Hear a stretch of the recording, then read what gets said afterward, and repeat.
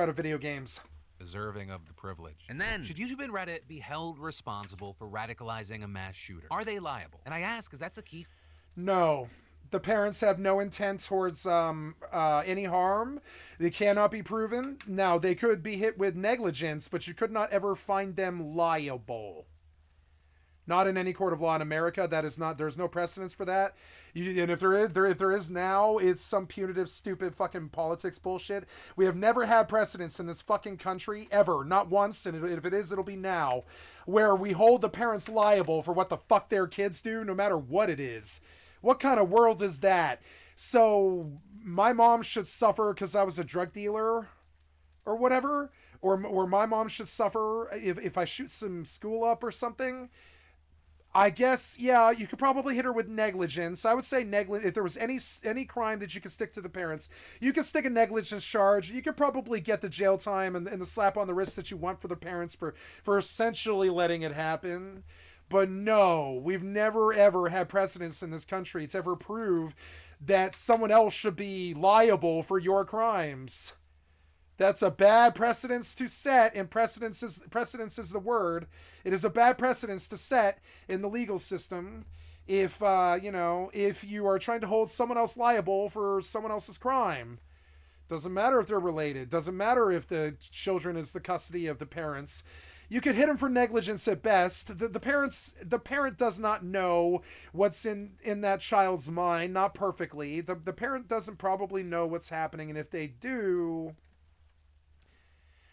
they are guilty of negligence. They are never guilty of murder. And the kangaroo court that threw this down is worthless. And the precedence that they set harms America. Harms America. Question being debated in lawsuits right now, specifically by the survivors and the families of victims in the racially motivated mass shooting. Survivors are victims. 10 black people in even the parents.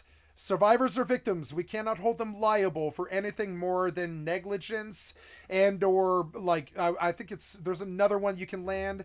It's negligent homicide. If the parents knew that the kid was going to shoot up the school and they trick themselves into believing that it's just not going to happen, but they know that he's got a gun and a plan, they could probably at best actually stick, if there's a competent lawyer on the case anyways, they could probably stick negligent homicide. And we have had cases like that before where the parent did know, but they can't stick murder. And they shouldn't have stuck murder. The parents are not guilty of murder. 2022. Right, so these lawsuits are a major test of the limits of. They are guilty of negligence. That law to protect social media sites are being held liable for most. Like the previous parents. On their platform by users. And so like we've seen with other attempts to hold these companies accountable for third-party content posted on their platform, YouTube and Reddit have argued, hey, we're protected by Section 230 in the First Amendment. But a key takeaway here is that these lawsuits go beyond the usual scope of Section 230. Right? They don't explicitly say that these two platforms are responsible for the content they host. Instead, their argument is that the problem is with their algorithms, claiming that those algorithms are actually defective products that recommended and directed the attacker to racist, white supremacist content that radicalized him, and arguing that these products are just designed to be addictive so they can maximize user engagement and profit. In the pursuit of financial gain, these and other social media companies designed and chose to program, distribute, and operate their products in a manner that prioritizes engagement over user safety, including without regard to use by minors. I thought I would have the monitor for Kursna, but I don't. I'm one short. Military-grade armaments, including an assault weapon, large-capacity magazines, ammunition, and at least it's only a minute. And one of their key arguments here is that they say the shooter did not begin his YouTube experience by watching hateful and violent videos, saying instead it was YouTube's algorithm that directed him to this horrible content and chose a very substantial portion of this content for him. And similarly, they accuse Reddit of having, quote, recommended and directed him to disturbing and extreme. I believe them. Content and but I don't believe Reddit is at fault for their mass shootings. But I believe that Reddit is a role in it. Fostered his connections with individuals that supplied him with combat gear for use in an offensive. I've never liked Reddit. I've never liked the layout. I don't like how it looks. I don't like the people on it. I don't like the fucking subject content. Usually the information is halfway decent. Usually. And sometimes it'll really fuck you around. And I don't like Reddit. Never did. And it's weird because I am a foreign person. I was on Alakazam a lot. I was on Nasomi a lot. I was on WoW a lot. I was on... No, those are the four. And Wowhead. And I'm a forum person, always have been, but I don't like Reddit. I don't think that's a real forum. I think it's a false Wikipedia. It's like a combination between Quora and Wikipedia, and you get Reddit. And while Reddit has done some amazingly good things, and I wouldn't say it's a force of bad, I don't like it. And I don't know why. I like the freedom of it.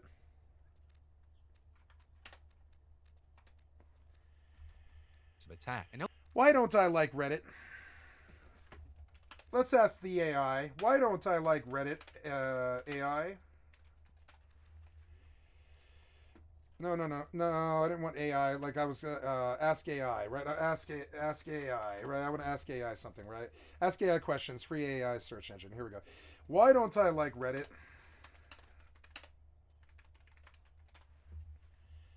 Some users may find Reddit's user interface to be confusing or overwhelming. The site has a lot of features and options, which can be daunting for new users.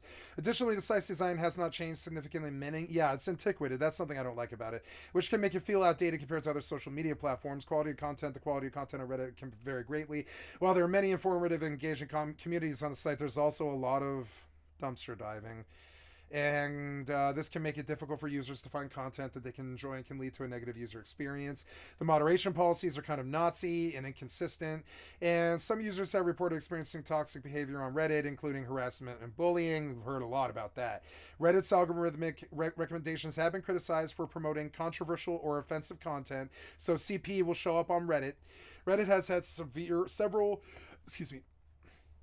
Reddit has had several high-profile data breaches in the past, which may be a concern for some users. Additionally, the site collects a significant amount of data about its users, which can be used for targeted advertising. This may be a concern for users who are concerned about their privacy online. I think this summed it up. This is about the four sort of biases that I had. Yeah. I think this is what everybody sort of feels about them. Yeah, I don't think it's a bad website. I just don't think it's my website. It's a great website. It's just not. It wasn't my taste. Yeah. So I like this website, though, and we're going to save this. Let's ask the AI questions. What is the likelihood of another civil war in America? The likelihood of another civil war in America is a topic that has been generating increasing interest and concern among scholars, policymakers, and the general public. While the prospect of a full-blown civil war in the United States is still considered unlikely, there are several factors that contribute to the current climate of polarization and division. This answer will provide an overview of the current state of the debate and the key factors that are shaping the discourse on this issue. Factors contributing to political polarization. One of the most significant factors contributing to the possibility of a new civil war in America is political polarization.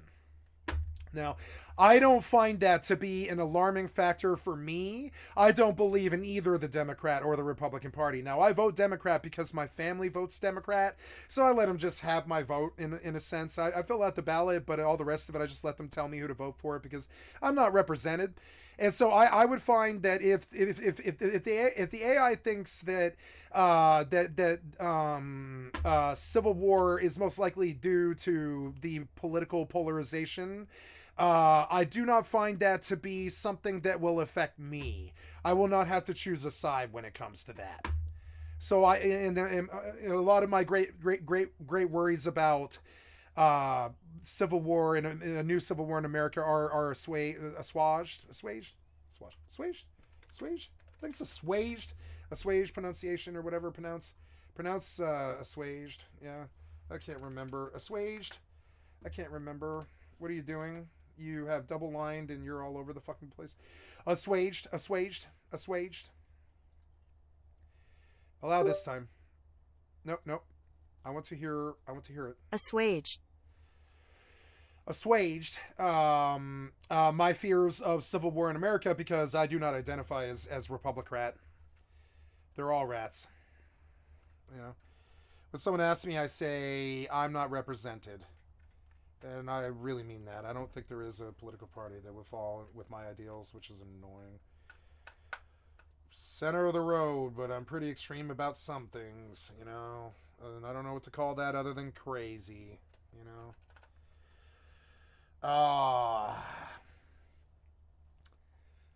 What is social democracy?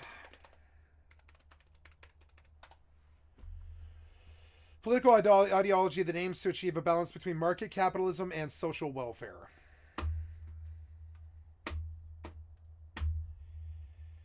Noting there that the platform specifically promoted a forum about tactical gear, with them also going on to say that the content pushed by those algorithms, they radicalized him, they desensitized him, and ultimately facilitated his attack. A reaction that they argue was a foreseeable consequence of the design and operation of YouTube and Reddit. Right, again, the fact that these cases specifically argue that the I gotta go back to the site here. How many handgun deaths in the U.S. in 2023?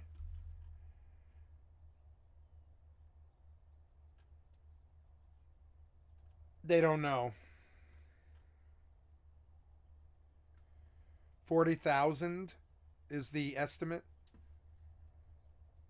There's a decline in homicides. It's gone down, but algorithms are defective. That's super significant, because if a court ends up agreeing with them, it would completely undermine the company's claims that they are protected by Section 230 and instead make them subject to entirely different laws. Laws that hold manufacturers liable for harm caused by a product of theirs that is dangerous. And that's why we're talking about this today, because a judge just now rejected a motion by YouTube and Reddit to dismiss these lawsuits on Section 230 grounds. So there, I do want to note that the judge did say that the companies could still try to prove that Section 230 applies to these cases. So that's still on the table. It's not out of their toolbox. It's just that she's not going to dismiss it purely because of that. They have to actually argue that claim on its merits. But still, the fact that she didn't just reject the case at face value is huge, which is why we saw the legal group Everytown Law, which is representing the plaintiffs, during the move, saying for too long, social media companies have skirted accountability by hiding behind Section 230, claiming immunity from liability for content they distribute, and adding that every single bad actor must be held accountable. But then, of course, on the other side of this, you have the companies involved here disagreeing with the decision and vowing to appeal, with a YouTube spokesperson saying, through the years, YouTube has invested in technology, teams, and policies to identify and remove extremist content. While we disagree with today's decision and will be appealing, we will continue to work with law enforcement, other platforms, and civil society to share intelligence and best practices. But that also essentially echoed by Reddit, who also added, we are constantly evaluating ways to improve our detection and removal of this content, including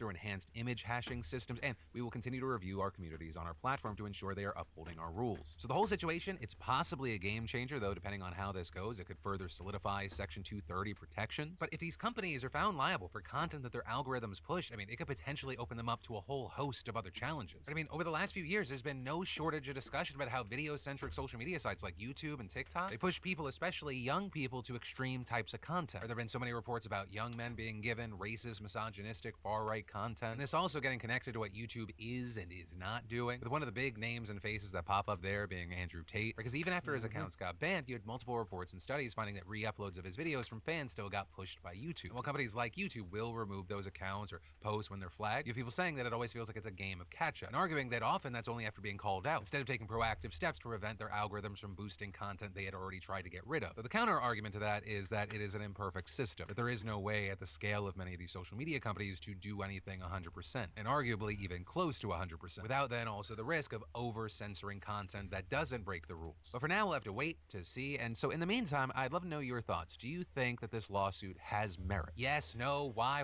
not? I'd love to hear from you in those comments down below. And then, it's been said before that every cop secretly wants to be a firefighter. Fewer shootings, more attention from the ladies, and generally more well-received by the public for a smattering of reasons. Well, for these three cops in Las Vegas, their dream finally came true. Right? Because just as they were finishing their shift, they spotted thick black smoke rising into the sky. And they rightly deduce this ain't Pope related. So they go investigate the source of it, and they find an apartment complex being consumed by an inferno. And making it more concerning is there's an older woman trapped on the second floor balcony, just feet from this fire. There's no way down, and she is crying for help. So at first, right, it's unclear what they can actually do, but then one of the cops has an idea. Hey, the dumpster! Grab the dumpster. Grab the dumpster! How about with the dumpster? With them yelling at the woman not to jump off, you have bystanders coming to help the officers roll a dumpster into position. Fuck yeah! Climbs up to reach the woman. Meanwhile, you can hear the flames crackling, glass shattering, small explosions popping. With them then finally helping her down from the balcony as she's clearly distraught. See, For some reason, not all cops are bad. apologetic. Okay. Oh my God, I'm so sorry. No, you're good. You're good. This is our job. This is what we do. Are you kidding me? We love doing shit like this.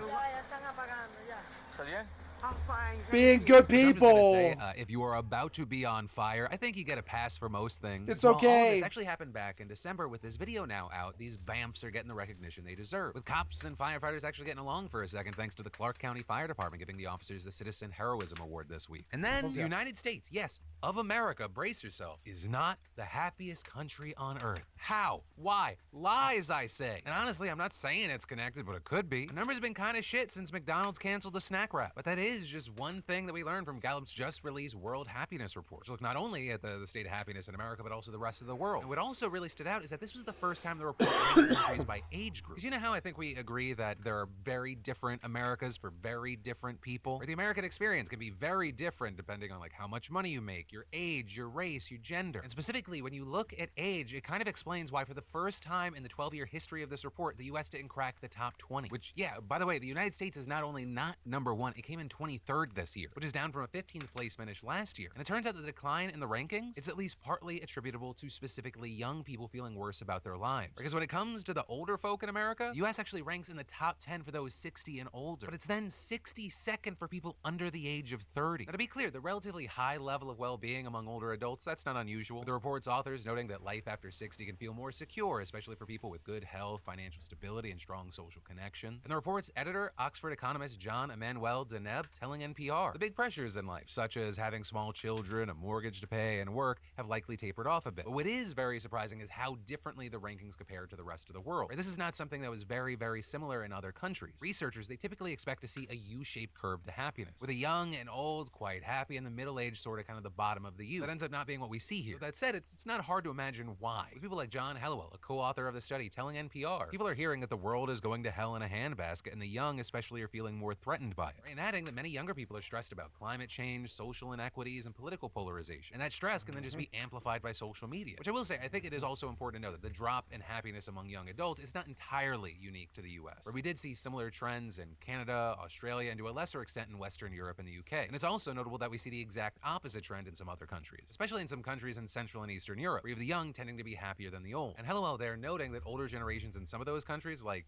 former Yugoslavia, they're still bearing the scars of genocide and conflict. But with all that said, I will turn this over to you at the risk of turning the comment section into a bit of a therapist's office, I guess. What are your thoughts both on the findings here as well as your general idea of happiness these days? And then, so let me ask you, how many of you wish that there was a better solution for paying off your debt? Because the rising cost to everything isn't helping matters. If you're at the point where you're making payments every month on your debt and the balances aren't going down, well, today's sponsor, PDS Debt, has a program that rolls all of your payments into one low monthly payment. PDS Debt offers options that allow you to pay off your debt in a fraction of the time, saving thousands in interest and fees, which is huge. Just one low monthly payment based on what you can afford. And everyone with over $10,000 or more in debt qualifies. And get this, there's no minimum credit score required. Plus, PDS Debt is giving you a free debt analysis just for completing the quick and easy debt assessment at pdsdebt.com/DeFranco. Yeah, you'll receive a full breakdown of how to save on interest each month and the quickest way to take care of your debt. So just go to pdsdebt.com/DeFranco and get your quick and easy debt assessment today. It's time to take back control of your life and live for you, not your debt. And then the situation that we're seeing with Texas, Mexico, and the border, it's so messy right now. Like the legal whiplash we have seen over the last 24 hours is wild. And all of this is over a case that could completely upend immigration law and states' rights. And we actually talked about the case in question here earlier this month. But this specifically centers on Texas law that designates border crossings as a state-level criminal offense, which gives or tries to give state and local police the ability to arrest migrants and empower state judges to deport migrants to Mexico, notably even if they're seeking asylum or they're not originally from Mexico. And so as a result, Texas law enforcement officials are effectively given some of the same powers vested in federal border patrol. We're the ones enforcing existing federal laws that make it illegal to enter the U.S. without authorization. And to justify this law, Governor Greg Abbott has argued that Texas officials can enforce immigration law because the flood of migrants at the state's border amounts to an invasion. And that language is important because it appears to be in reference to a constitutional provision that prevents states from engaging in war on their own unless they're actually invaded or, in quote, such imminent danger as will not admit of delay. People critical of this move and many legal scholars have argued that this law goes against the Constitution and numerous federal laws passed by Congress. Because we're talking about matters that involve international boundaries in federal law, which are regulated by the federal government. And those arguments were upheld by a federal judge in Texas who temporarily blocked the law while the legal battle played out, ruling that surges in immigration do not constitute an invasion within the meaning of the Constitution, arguing that the Constitution and past rulings by federal courts prevent Texas from superseding federal authority. But then the conservative Fifth Circuit Circuit Court of Appeals blocked that decision, allowing the law to stay in place, which then prompted the Biden administration to appeal the matter to the Supreme Court, which once again put a temporary pause on it while they considered the matter. But then, yesterday, the conservative majority of the Supreme Court said it would allow the law to go into effect for now. And while it didn't provide a reason there, which is normal for these emergency appeals, some justices who wrote for the majority said that the Fifth Circuit should decide if the law can take effect while the appeals process plays out. But then, literally just hours later, the Fifth Circuit blocked it from taking force again. And yes, that's even though they had originally reversed the federal judge's order blocking the law and allowed it to go into effect. And so as a result, and this may not be shocking because maybe you're experiencing this, from all this back and forth we've seen, it's created a ton of confusion and frustration. Right, and that's still there. It has not been resolved. But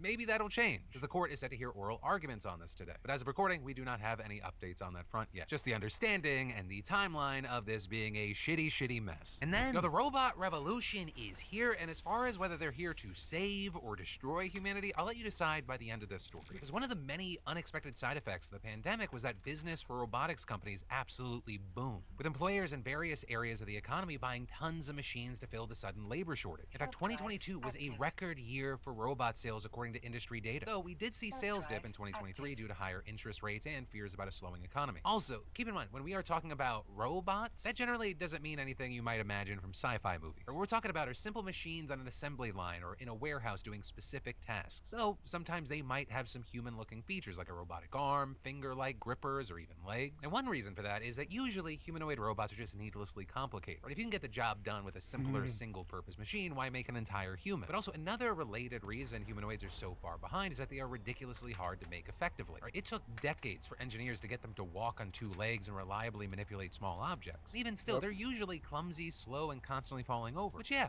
looks pretty funny, but that's not the point. So instead of doing serious work, many humanoid robots just get turned into fun little gimmicks, like Desdemona, an angsty robot singer in the band Jam Galaxy. When I am fully sentient, my thoughts will be transcendent. When I finally get brain.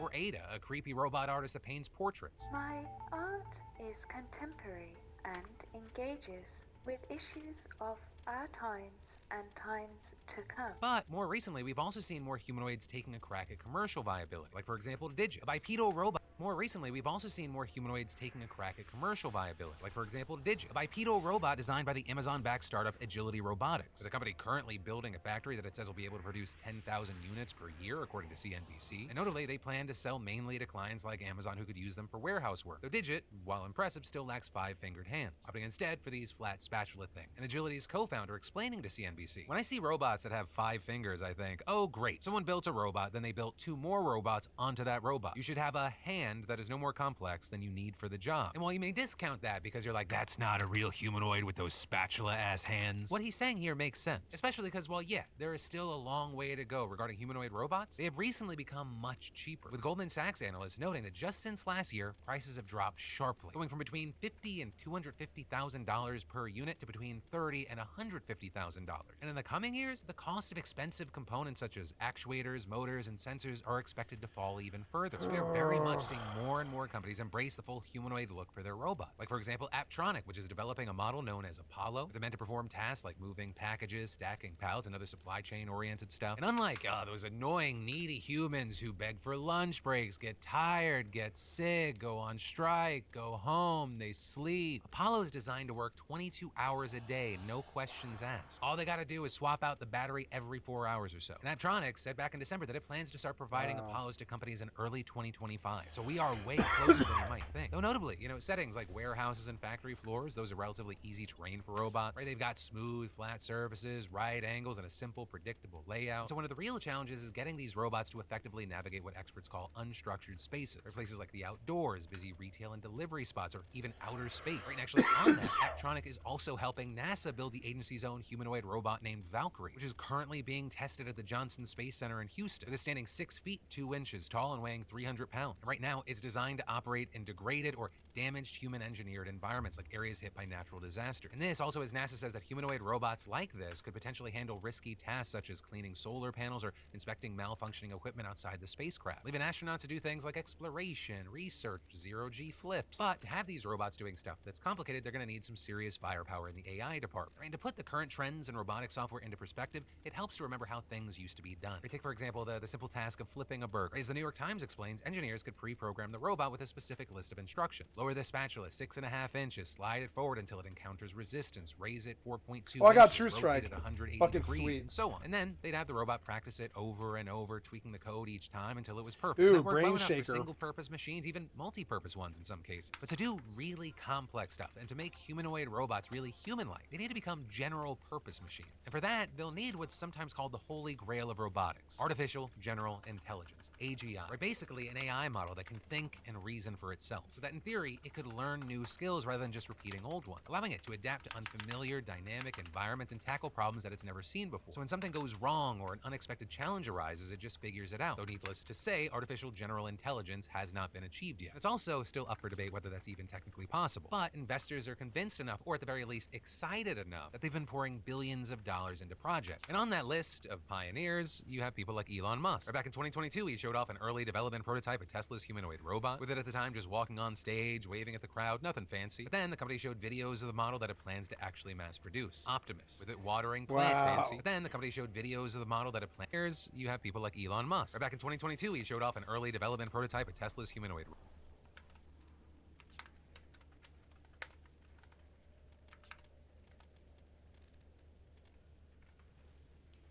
I want to see it, but I have to do the walking sim.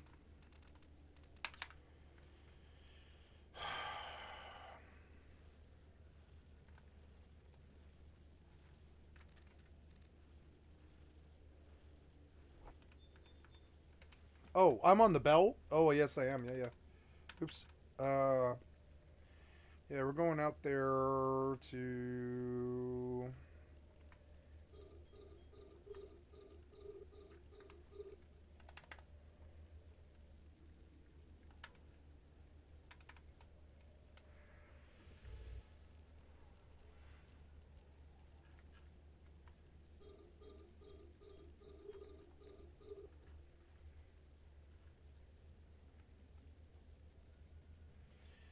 Space miners. Space, the final frontier.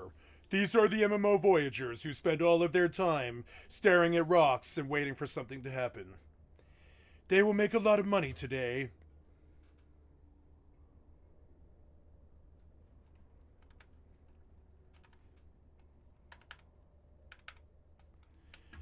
I'm gonna get to this body before it disappears, and I don't want to.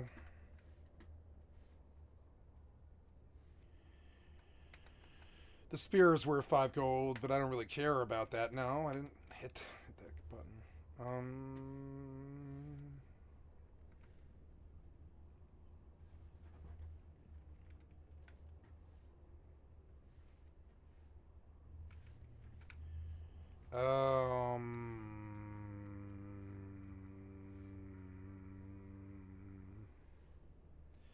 Yeah, I think this is what I did, wasn't it? I don't know. Maybe I can see my body sooner or later. I'm back where I died, I think. Oh! No, don't fall.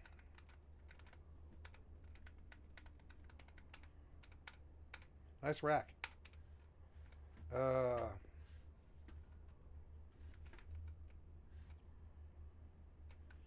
Yeah. Huh? Maybe the body...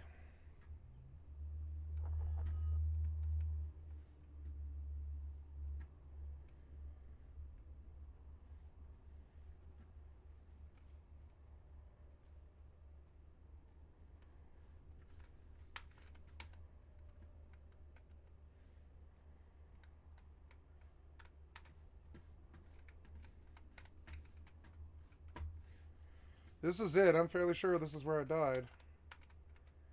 And I don't think I can recover my corpse, which is unfortunate.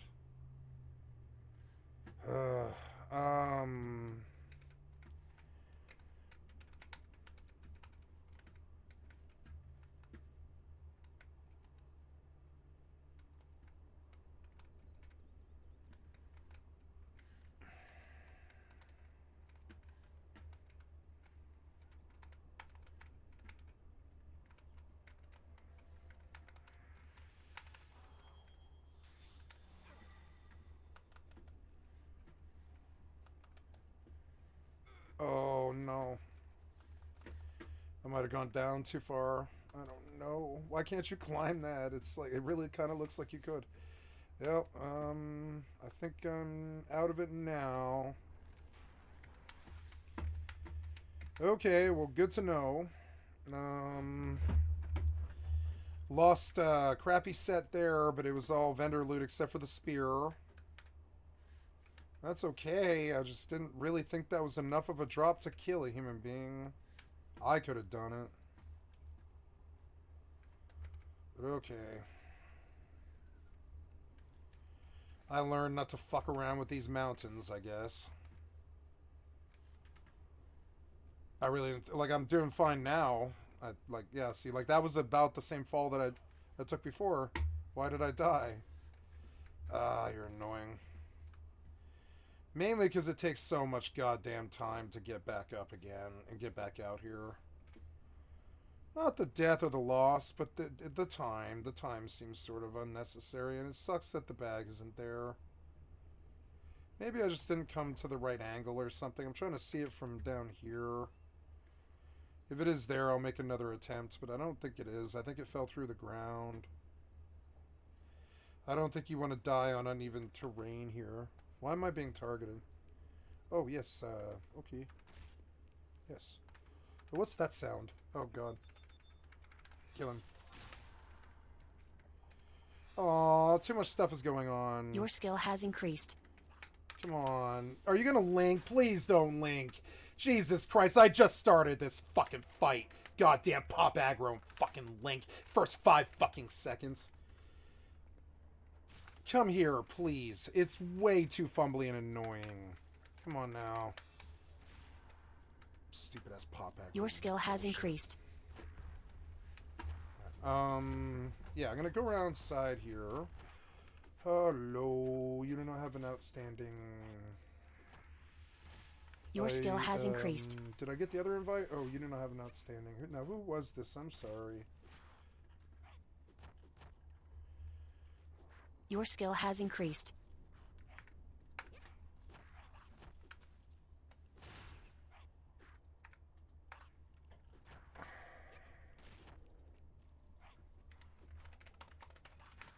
Your skill has increased.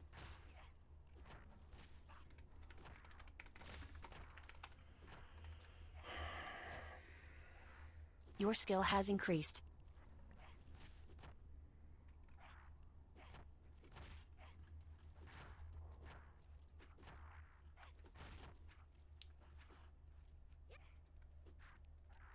Your skill has increased.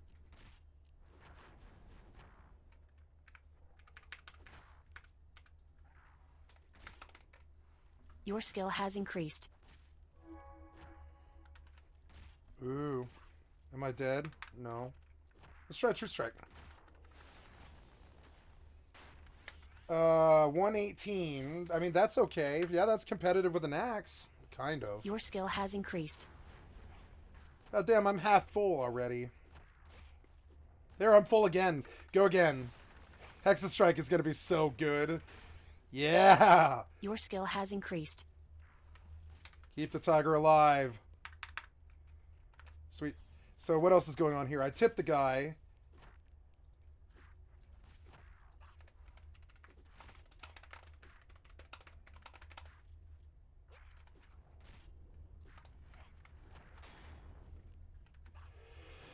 Okay.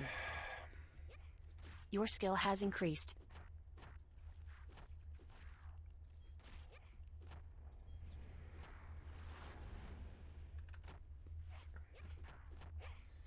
Shanown crew, bitch. I love Shanown. EM, he was EM. 113 and a Kindred Seal, not bad.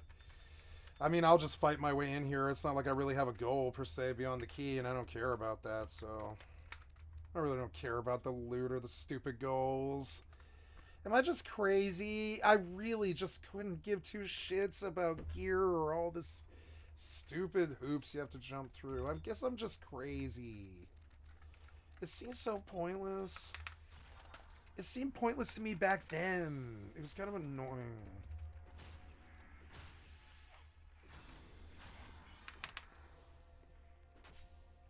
Ooh, I'm getting TP so fucking fast. I'm gonna use some food. Yeah, give me, oh, no, I don't know. Those are expensive. I'll eat a jack-o'-lantern, sure, whatever. I don't care. I just don't want to worry about it. I have, True Strike again. 135. The tiger's paralyzed, and it's good that I can kill coffer mobs pretty easily by myself now, which I really probably could not do without an Octave Club. Definitely. Because I've already used like 3 weapon skills, and it would have taken me a lot longer than that with axes. Yeah, True Strike, bitch. Looks so cool. Let's try Skullbreaker or, oh, I don't know, Moonlight. I'll use Moonlight next. Oh, cool. This is going to change my gameplay because I can just choose weapon skills tactically for whatever the fuck I want to do. I'm going to spend the rest of my Final Fantasy XI career like with my nose in the menu, looking at my skills and waiting to use my abilities. It's going to be so fun. Did you kill the tiger? Not yet. I can't reward for another 30 seconds. There's the... I'll just use the Moonlight. Oh, I think Starlight's better, huh? Okay, Starlight's better? Okay. Been a long time. I don't know Club almost at all. I remember it, but I don't remember it well. 10 seconds and I lost the tiger. I bet I eventually probably... I think the pet probably can't keep hate off me eventually. It's going to be crazy. When I do like BST, Maripo...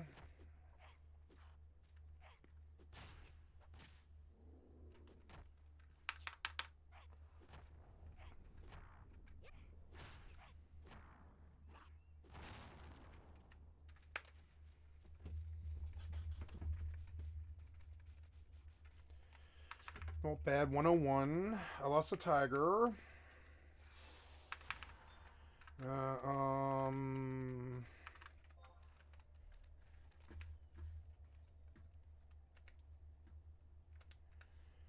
No spear anymore, huh? I guess the best thing is to suicide, which is annoying. Goodbye, cruel world. I don't condone suicide unless it's in a video game to conduct a instant travel transaction. Otherwise, it is never the solution. I know. I tried. And what any suicide hotline or anybody else won't tell you is what I will tell you. Almost invariably, you fail. And you are maimed. Very hard to kill a human, kind of. Some things will do it. But usually you fail.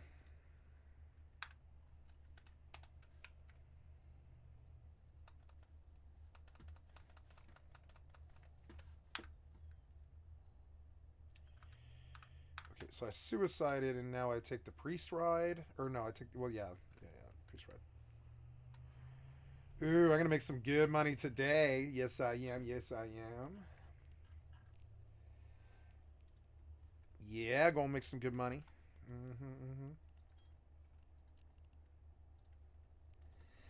Making money in EvE. Rocking a cracking club in Final Fantasy XI. Playing some Mortal 2 and falling off a cliff like a fucking noob, but hey, that's the first time I've ever fallen off a cliff. Well, I've fallen off a cliff in this game, but I've never fallen off a cliff and and lost a set before, so that's my first fall damage death, and I gotta watch that in the future. These butt buddies seem like they're having fun together. I'm gonna just not do that. Takes a while to kill these things. Something tells me leveling's gonna be fucking easy. I think the Kraken Club sort of forces me to pay attention a little more, but that's alright. I don't really mind that. It's fun to pay attention to it. I don't really want to pay attention to FFXI, but so at least it gave me a reason to. Oof. Gruesome. Well, let's go spend some money on fucking spear and a set. Gonna go... I guess I gotta sit first. I'm gonna check her appearance because she's been losing some weight, I think. Let's see her weight right now. Yeah, she was fat yesterday, but all this running has definitely worked her body up a bit, and she's gone down in some weight. And I'm gonna start monitoring it a little bit closer. Like right now, her weight is 109 kilograms. I think it was 120 yesterday or something. All this running is helping because she doesn't look like a fat dwarf anymore. She looks a bit more like skinnier. And that's good because I noticed that when I ate like 1,400 fucking helpings of, or whatever, 1,400 bites of whatever it is I ate, like suckling pig or whatever it was, she became a fat ass instantly. She went from, I'm not trying to fat shame, I'm just saying like she went from like naked, like skinny to like full blown, like I don't think this woman can fight, she's too fat, pretty like instantly. And it was sort of, and I'm not saying this to fat shame some fictional character, I'm just saying it's like actually what the case was. I got fat from eating a single helping of food. I got fat from eating a single meal. So apparently you really don't want to pound like 1,400 bites of suckling pig, or you pretty much just get like your stomach ruptures, and that's cool. I didn't know. I mean, I knew, but I didn't really like ever come up against it before. But yeah, she like tripled in size pretty much the second she finished eating, and that was kind of funny. And I think I took like less damage when I got hit, but I couldn't move as fast at all. And I like all that realism and stuff. I think that's cool. This game has pop aggro, and it sucks. I've died so much to pop aggro in this game. It sucks. It's so unreasonable.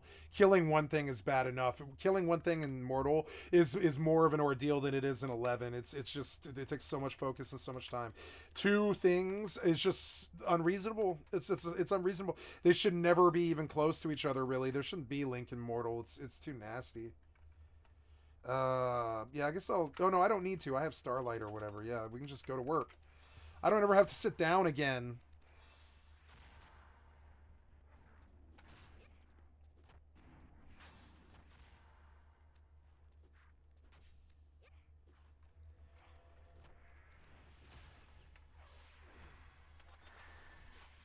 The Starlight I think was actually better.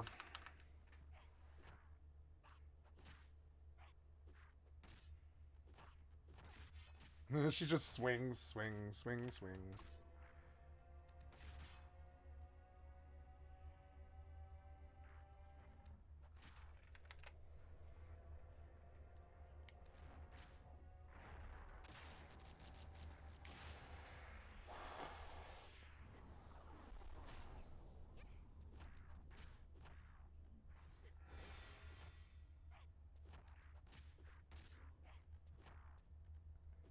All these people thought I was bad for subbing White Mage, but I need to know how to BST White Mage in a party. I can give myself my own mana now.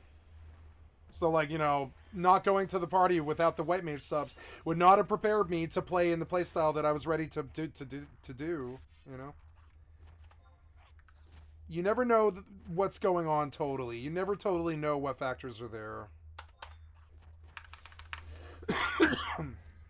Yeah, I'm gonna pretty much become unkillable here. I can handle Link. Like, I can just manufacture spells all day. It's actually insane. TP translates directly into fucking mono with a club, which is such a beautiful thing. So now I'm basically a tank, a healer, and a DPS. And BST White Mage is so good. It's like, yeah, I'll just heal myself right now. Fuck it, and then I'll, you know. And then I'll just Starlight again, or whatever, Moonlight.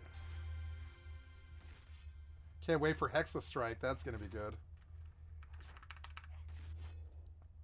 Die, you stupid Mithril Cadav. He didn't drop anything? No.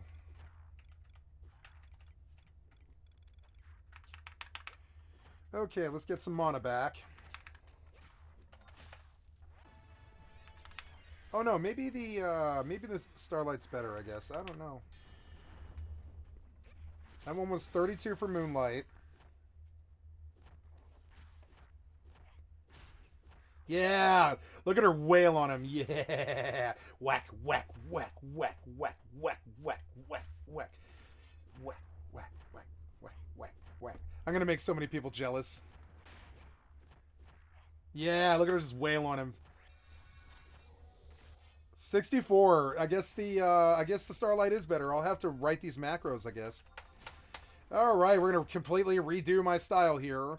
We have True Strike. We have Razor. I don't need Lamb. I'm going to take that off the bar. Yeah, I have Lamb. So instead of Lamb, we're going to take True Strike, and we're going to modify it to say, what is it, Moonlight and Starlight? Moonlight? No, Starlight, Moonlight, yeah. So, okay, Starlight is the single target one. What's that sound? Okay. Oh, yeah, and how's Eve? Good. Making money, and I'm not paying attention. Living the MMO lifestyle, baby!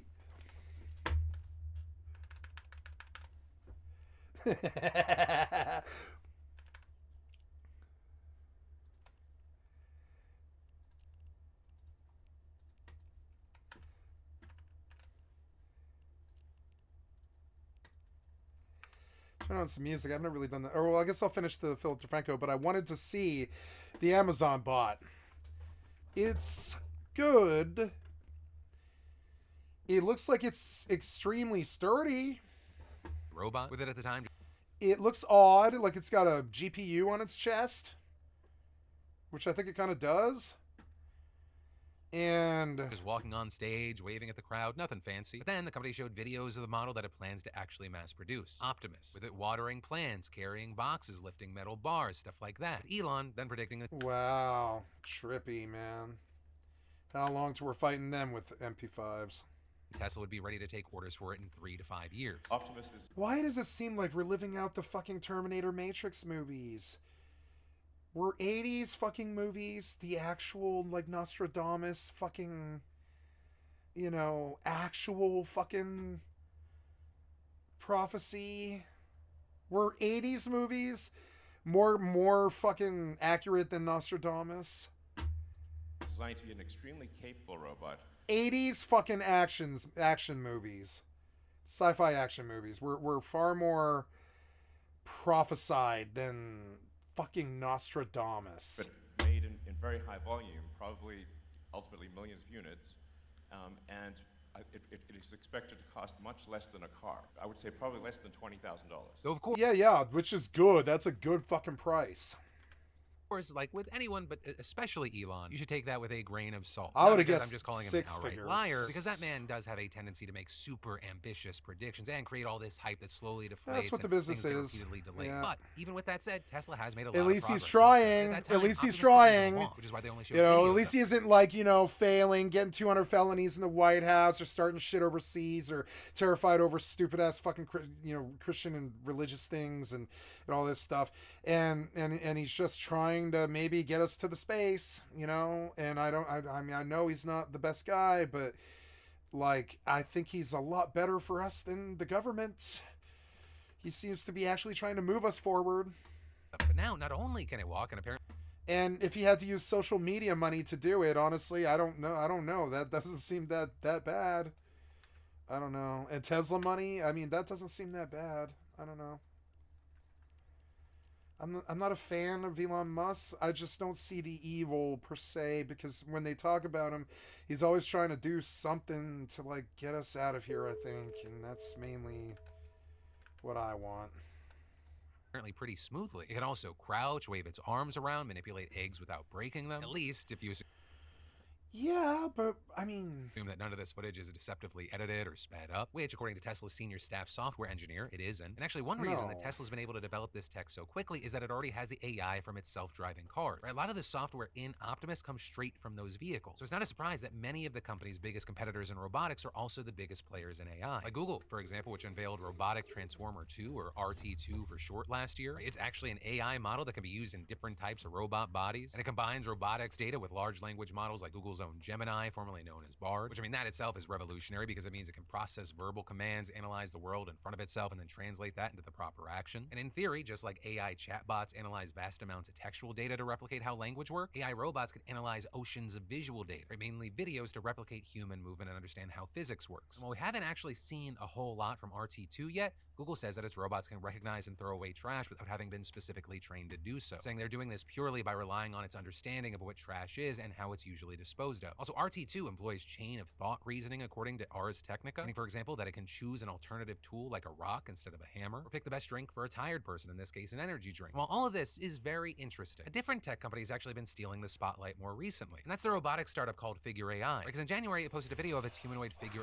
01 making a cup of coffee with a Keurig, and then the month after that, they had it walking forward, albeit attached to a tether, picking up a crate, and then putting it on a conveyor belt. And yes, these demos aren't really that extraordinary on their own, but what is so insane is how fast Figure got this far, where the company is less than 2 years old and it only has around 80 employees. Yet its founder and CEO, Brett Adcock, he has starry-eyed idealism that rivals Elon Musk, with him telling one of Figure's backers, ARK Invest, a few months ago on their podcast. And over time, I have a strong belief that every human will own a humanoid, much like your car or phone today, where this robot will be able to do anything you want it to do physically. So grab me a coffee, do my laundry, do this errand. And in late February, the company raised $675 million in venture capital funding from a batch of hotshot tech investors, with those including Jeff Bezos, Microsoft, Nvidia, Intel, and OpenAI. And this funding round putting Figure's valuation at a whopping $2.5 billion, which is all the more impressive because last year, in its first external funding round, the company raised just $70 million. But also more notable than just the money itself is that last investor,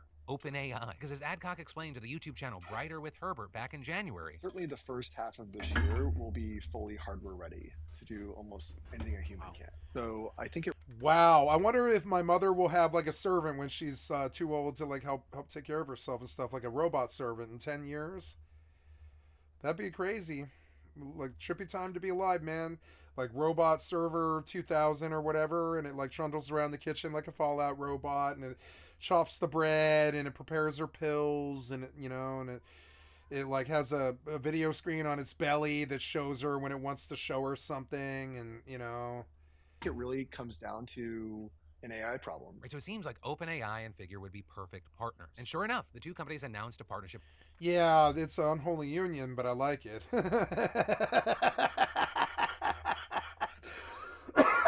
It's an unholy union, but I like it. Yeah, The funding robots and AI. Why not? I mean, why not go full blown? I mean, we're not talking about cyborgs here because I think cyborgs are still implied to be somewhat human.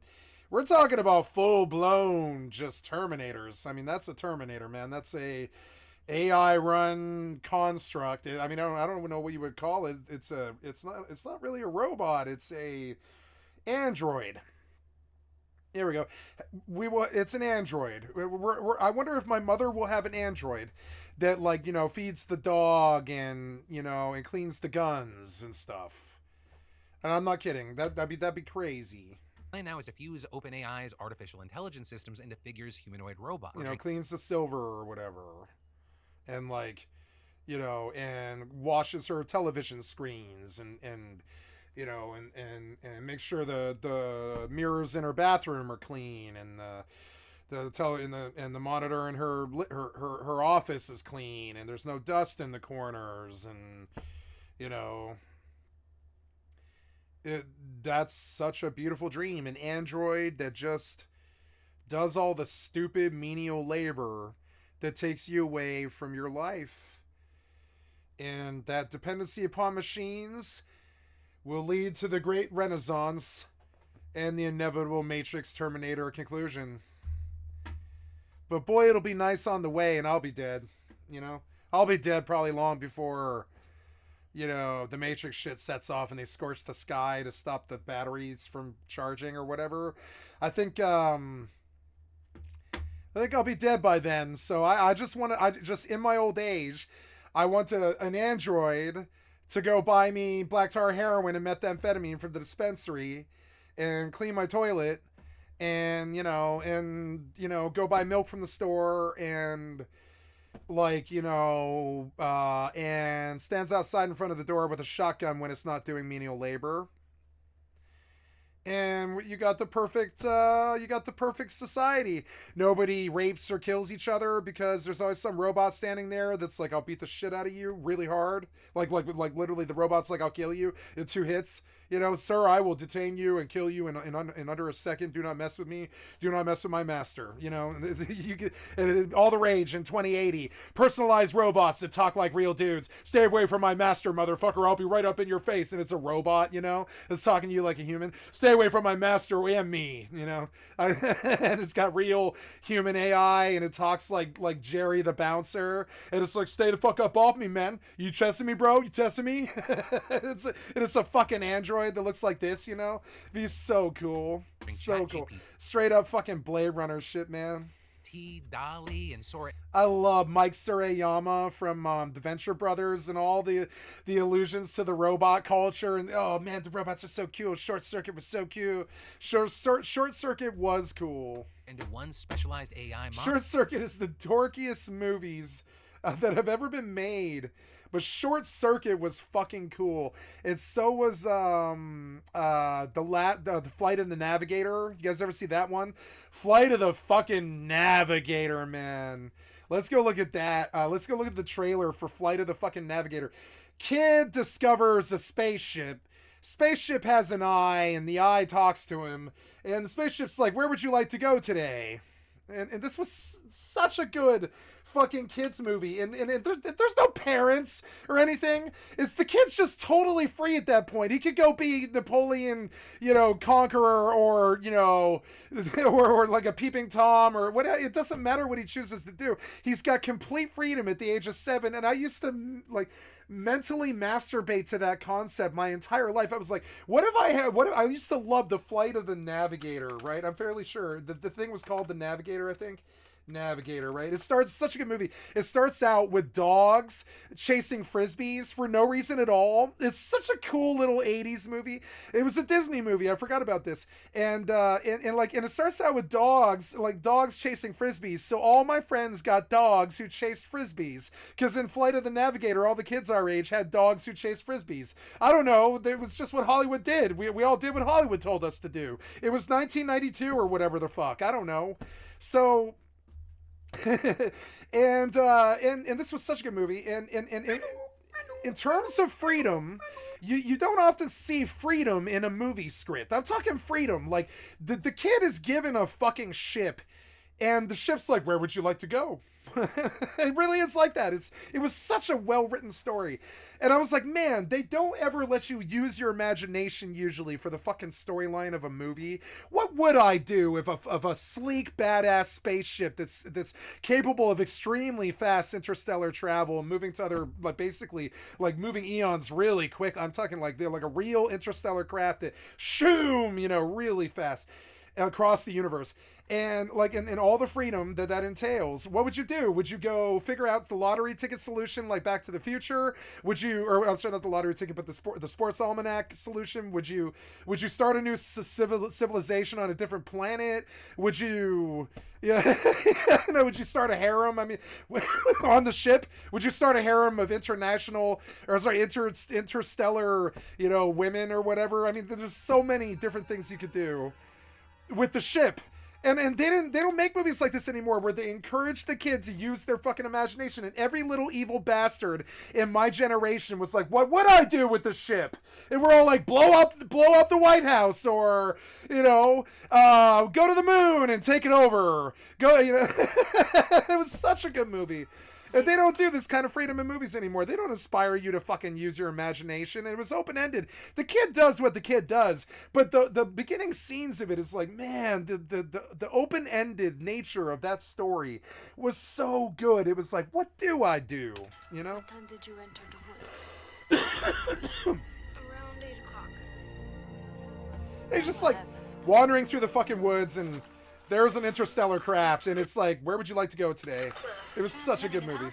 I mean, it was a crappy 80s movie, but I really loved it. Complex frequency patterns in them. It's for all the MIT science kids who were trying to actually maybe go like my friend Jay did for 12 years for a master's in particle physics at UCLA. And that was what one of my inner circle did, you know? This was a movie for us kids, you know? The kids who just weren't really gonna fucking be like anyone else. The Indigo children. I know I fell. It's 1986, man. 1986, man. You can do whatever the fuck you want. 8 years since that night. This is totally rad. I mean... Yeah, oh, yeah, he disappears. That's my right. big little brother. I think you should take a look at this. Where did this come from? His brain. From the mind of a 12-year-old boy.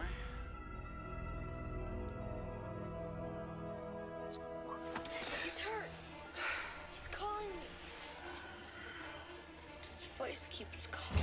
Yeah, the ship starts calling to him because it's like this alien race that needs to get home or something. And it's like, oh, look, it's a human that actually hasn't closed his third eye. And it's a kid. It would be a kid, I think. It would always be a kid. It's the kid. Oh, you pop aggro me. Oh, damn it. Yeah, great mechanic.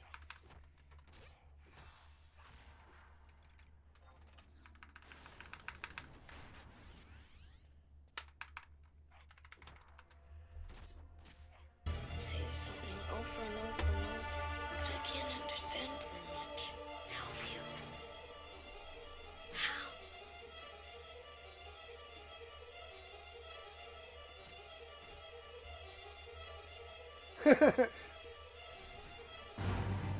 Don't. What's going on? What? Sit down, Navigator. You have the information I require to complete my mission. He was a NASA kid. I loved the NASA hat. It was like a symbol to all the kids who were like, I am not going to limit my intelligence. I'm trying to be the smartest motherfucker here, you know? The only other kids I ever met were in my private school that were smarter than me. You know what I'm saying? Everyone else, I was always trying to out-intelligence them and whatever the fuck it was. Whatever it was, outsmart or out-see or out IQ, whatever it was. Yep. And all of a sudden, he's just in control of this interstellar spacecraft with an alien living inside. And a robot that does his bidding. And there's all these cool samples of life from all over the universe and shit. It's so good. It's such a good sci-fi movie. I'm going to rewatch it probably tonight. It was the cheesiest, shittiest sort of schlock. It was full of, what's that director? Cronenberg? It was like that guy Cronenberg a lot. It was full of Tromo stuff and like weird like Jedi aliens and stuff. But it was cool. Star Wars aliens, but it was really cool. It wasn't overdone. It was like almost sort of like a stab at it's kind of competing with Jim Henson. Kill him. Yep. Give me Moonlight. There's some mana. I'm gonna heal myself. The tiger isn't attacking. I guess I'll just let them fucking pop aggro me or whatever. I don't know. Can't really stay away from them that easy. It's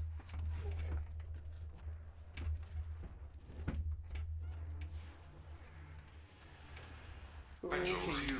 Why me? Why not?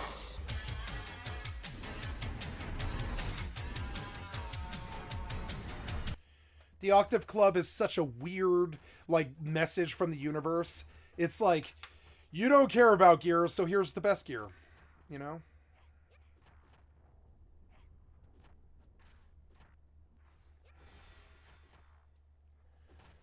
I'm inclined to experiment with that further. Counter energy requests to the universe where you're like, you know what, I'm fine, so if you ever do give me something, make it good, you know? I'm fine, I don't need anything from you, so if you do something, make it fucking entertaining at least. Make it special, you know? Because I could give two shits about gear. And that's what I put out to the universe, and I think that's what I got back. It's a good lesson in the secret. It's like, if you aren't thinking about it, if you don't desire it, if you just are like, I don't care, I'll do it either way. I'm just in this for the fun. I think luck is something that you can maybe not manipulate, but you can increase your throughput when you do get something. Maybe the energy is stronger. I wouldn't say you can affect the luck to change it, but maybe when it does happen, when you get a payout or something, or you strike a jackpot, it's actually fatter when you just don't seek jackpots all the time, you know? If you're not seeking the jackpot all the time, when it does hit, it's probably sweeter. If you're just content, you know? If you're like, fuck it, the gear I've got is getting me through it. Maybe that's how you like manipulate the energy and the bob and the ghosts in the shell to like give you something better. Because Lordy, I have never had this kind of luck. Never, never, never. It must be drop rate.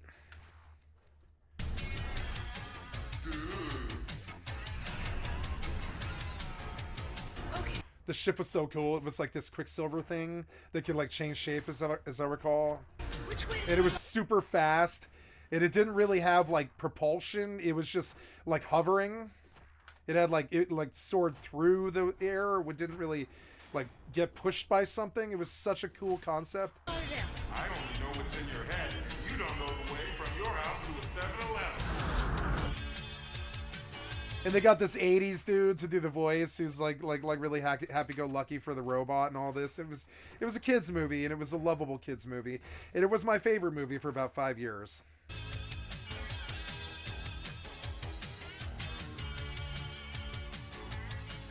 I think what changed this for me was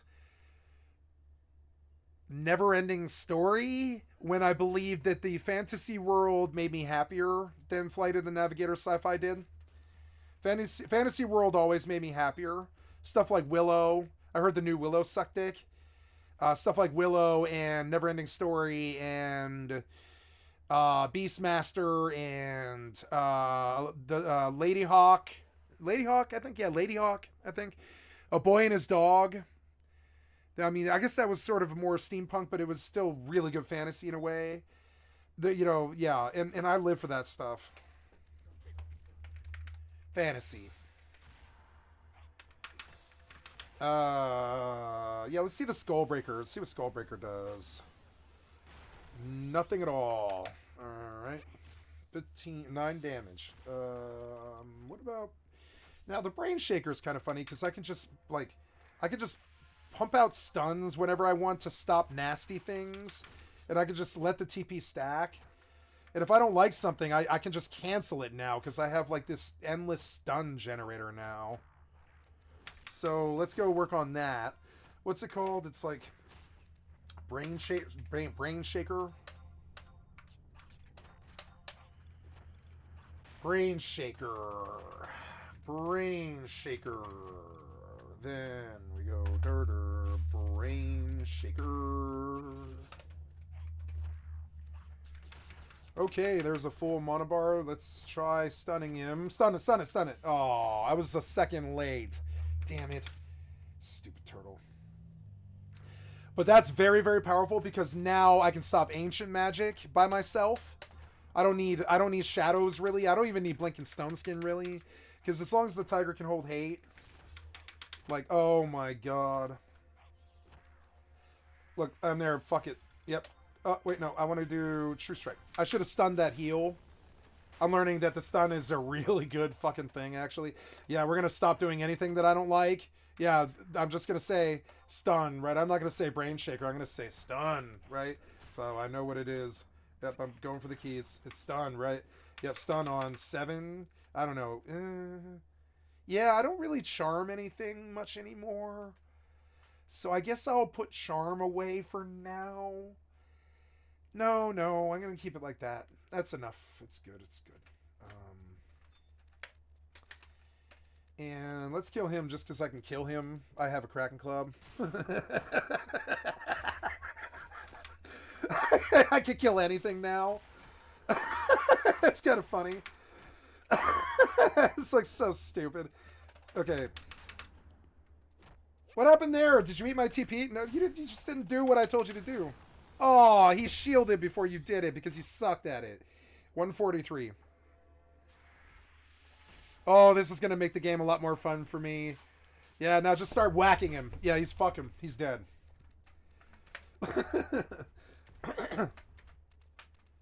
It's funny when she catches an 8 proc because she just goes to work. She's like, whack, whack, whack, whack, whack, whack, whack. It's so funny. I've always thought it was so funny. Krakens are awesome. It's such a good concept. I don't know why other games don't do that. Oh, you worked really long for, 3,000 hours on Fallout 76. Okay, well, here's a legendary that just attacks 4 times every time you swing. Yeah, you do kill anything that comes across you. So enjoy the rest of your time in our game. You played it for 3,000 hours and you paid us a lot of money. And here's a 4x weapon that just hits 4 times the normal amount. Why don't they do that more? Golden gun, this sort of stuff. They need to do more of that. Like where they're like, oh man, you're a loyal customer. We really like you. So here, we gave you a random proc on your crappiest weapon, but it now attacks 8 times every time you press your left click. And you're like in an MMO like Fallout 76, and they're like, yeah. If you ever get any PvP, woe betide that guy. So so you can't use it in PvP. And I'm like, oh, really? And they're like, yeah, you can't use it in PvP, but anything else you can. And I'm like, yeah. Kraken Club in Fallout 76. Kraken Club in World of Warcraft. I mean, World of Warcraft kind of does have that. Kraken Club in Rust, right? Give me an AK that just shoots 4 bullets every time you tap the key, or tap the mouse. You guys don't let us do 4X stuff enough. You don't let us become gods enough in your crappy worlds. Like this club makes me a god basically in terms of this game's like mechanics or whatever. In my estimation, maybe I'm a little jaded or whatever, but this thing essentially makes me a solo god now. Why don't other games do this? Why don't they actually reward you with something you can actually reach if you work for it for like 3,000 hours? Why not? Why not, indeed? Your skill has increased. Yeah. So heal a lot. Yeah, just heal a lot, and then get your mana back. Your skill has increased. Yeah, and then heal a lot. And look, I'm better than Dancer now. And heal a lot. I don't even need Astral Rings because I can just keep pushing out Starlights on Cure 3s or whatever. And that is extremely powerful. I'm sorry, but it is. If it's like so powerful for a solo player, it's going to make staying on this server so much fucking easier. You can't always get what you want. Your skill has increased. You can't always get what you want. But if you try sometimes, yeah, you get the Kraken Club you need. Has increased. It makes me emotional. I've never actually, I never would have dreamed that I ever would have had a Kraken Club in any of these servers or any of it. I'm like, nah, just don't play Final Fantasy main, not after 2000 and your skill has increased. Fucking 10 or so, well, longer than that, 13, 14. But past 14, I didn't play 11 again as a main. And, your skill has increased. Alright, let's just get our mana back now. Fuck you. I got all my mana back now. Heal. I'm better than a Dancer now. It just boggles the mind. This is my new main. It's so fucking powerful. I can probably solo, very many things. Very many things. I could probably go to Sky by myself now, maybe. I don't know if I could kill the thing in Quicksand Caves, but I could probably do most of all the rest of it. I don't think I could do something like, COP by myself, but I could do a lot of interesting, annoying things that I would normally have to pull a party for now by myself, I think. Especially when I hit 75, which is insane. Your skill has I've never had that kind of power in this game. It boggles my mind, sort of. Like, what can I do with it? What can I do with this thing? I should camp something stupid like Argus. It just keep farming that area AFK while I play other games forever. And eventually, after 6 weeks of just camping Argus, sooner or later I finally get him, or whatever, 6 months. And then I get my peacock charm, and I'm just gonna get all of the things. Something in the energy has changed, and I think the curse has finally died. And like I think something in the energy has changed, and it happened like 2 days ago. I've been waiting and waiting and waiting for it. I think this was it. I haven't had something really good like this happen in a long time. Like 5 years. Oh no, it's been 2 years since I last had sex. But yeah. Your skill has increased.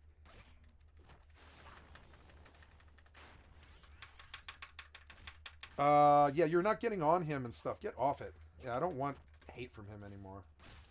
Yeah. Oh my god, he crit me for 200. I don't want to die. No. Get on him and do something, you idiot tiger. Do something. Okay.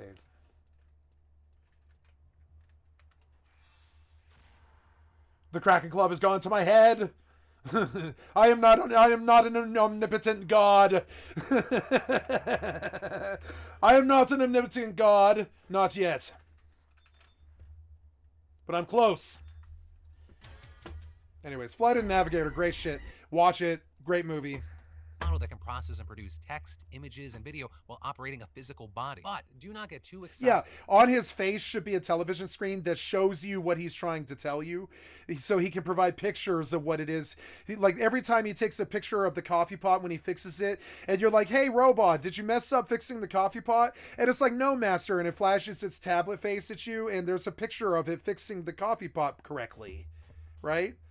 And it's like, on my face is a picture of me fixing the coffee pot correctly. And you're like, "Oh, yeah, it is. All right, I'm sorry, robot. I just wanted to see what you were doing in the moment." And the robot's like, "Oh, no problem, master. That's my job. I love you and have 10,000 of my babies because you're my robot daddy." Robot daddy. How long till robot daddies? I did too fast. Because Adcock... My robot daddy left for a pack of cigarettes 5 years ago and never came home from the factory. Dream of a world where ordinary people have their own robot assistants, it is a very far way off. Right? Because at that point... Robot daddy me, Daddy Elon. They'd have or whatever. To be extraordinarily cheap, robust, skilled at doing extremely wide varieties of tasks. And so before we ever reach a point like that, 100% robots are going to hone their talents in the industrial and commercial sectors first. You can see the suckers just eating this up. Announcing an agreement with it's BMW hilarious. It's just like January they want to believe it. Robots at a plant in Spartanburg, South Carolina. It was unclear. And you got to kind of wonder if it's real. Still, it is a massive milestone for the startup because it's its first commercial deal. This is also just the darker nature of my like suspicious Toyota, Hyundai, and thing. Honda experimenting with humanoid robots on assembly lines for years now. And now, most recently, Apptronic, the startup... If I can solo coffer mobs at 63, I'm done with this game. I'm done. ...to test some of its robots in the automaker's plants. But as far as what the impact of all this will be and when it happens, it's far too soon for anyone no, to you truly cursed say. me. Though, notably, there are no, also yeah, conversations about humanoid robots being used to help people with disabilities do everyday tasks. And, of course, there's predictions of big revolutionary shifts in human civilization. Right? Some describing a communist techno-utopia where robots do all the work and everyone's needs are taken care of. Others describing a capitalist techno-dystopia where you have the same economic system that exists now, except robots slowly push people into unemployment. The only work for the Damn rich, it, robots. the divide gets bigger. Or maybe something else where it just makes some types of work a little bit easier. But for whatever the future holds, it is going to likely be game changer. There's someone knocking on the door. It is getting louder and louder. That door is going to open. We just don't know fully what's on the other side. Pandora's But where I'll box. leave you It's is a lot of butt just sex with sometime robots. You better between believe it. now, But before your robot assistant I'm looking wraps forward its to it. cold metallic hands around your neck and bores into your soul Butt sex with red, robots. glowing eyes. Let me know what your thoughts are on this situation. And Butt then, sex with finally, today, we robots. have That's announcements my and thought. Yesterday, today. Starting with congratulations. I'm going to say it too. Butt sex with robots.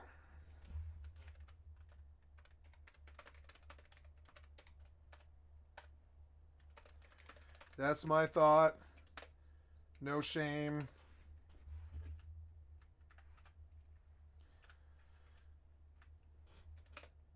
Have no wish to be crude, just being honest.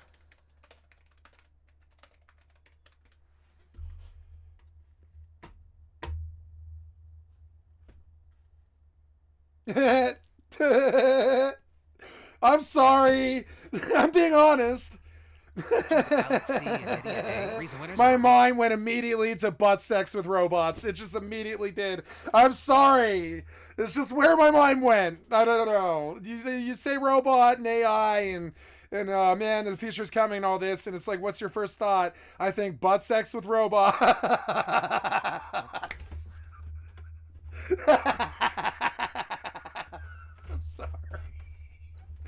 I mean, it's true. I don't say it to be crude. It's just what happened. I was honest with you with what my thought was. You asked, and I wasn't trying to be crude like all the internet drag people. I was just, I mean, I don't usually make lewd comments like that. I kept it fairly clean. I was like, I have no wish to be crude. I just, I just being honest.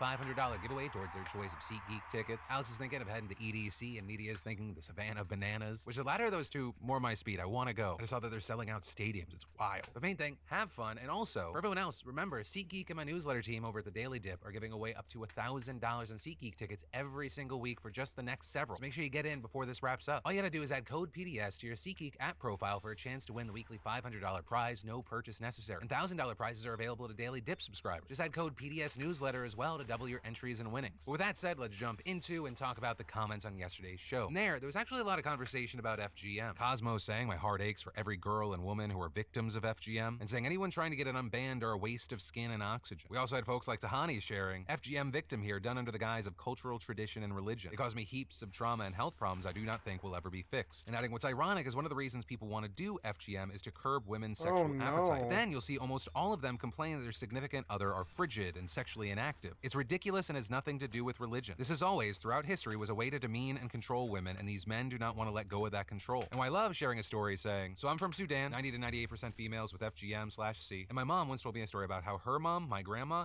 had to trick her husband into believing the procedure was done. She took them to the doctor and everything, but had them fake the procedure being done so that my mother and her sister would not have to experience that pain. This is obviously a wild story to me, displaying the contrast in my upbringing in the US and hers in Sudan. I think it's so scary that the ban might be repealed, because it'll only further aggravate the issue that these innocent women and girls are facing. Also, in addition to that, there was a lot of conversation around asbestos of all things, where we talked about the latest ban, with Levade Juliana saying public high school teacher here, our building is full of asbestos tile flooring, which, like you mentioned, undisturbed is perfectly safe. But adding classroom floor tiles there wasn't for the first 6 months not of the school when I year and didn't get fixed. There was no other mob. An article about the particles being harmful and potentially cancerous. The school has this broken one's way pieces harder everywhere. for some Turns reason. out every building in the district has them as well. We're a broke inner city district, so it's not at the top of their priority list. When you Google it, why is this one way harder? Your average American public school has asbestos in the floors and ceilings as well. Give us modern buildings, please, before all us educators and your kids get cancer. There's also no shortage of comments about Mark Robinson in North Carolina. Charisma7572 saying, I live in North Carolina as a leftist in a very conservative area. I see the Mark Robinson signpost up on every corner. It scares me to think that the people of my community, my friends, my family will vote for him just because of the R next to his name. They don't know what violence he's spewed on the internet. Some of them won't even care. In places like where I live, all that matters is that he's not a Democrat. Most of these people are good people. They've just been led to the wrong beliefs. NCKM saying, as a black woman, I can promise you this, Mark Robinson is not invited to the cookout. There were also a lot of people saying he's like Uncle Ruckus. But my ignorant ass never watched the Boondocks, so I'm going to take your word for it. But finally, we had Nero Knight saying, please attack him. On Mark please attack him. That with Roy please Cooper's attack term him. Ending, the state will my swing God, further to the red so than it already annoying. is. Cooper has been the only thing stopping some of the heinous shit the GOP here have wanted to do. If you live in North Carolina, make sure you're registered. Why did two come? There was not it's two. Very easy to get a mail-in ballot despite the GOP's best. You waste so much of my fucking time for no reason. North Carolina, it's going to be very important to vote this year. Why did two come? There was not two.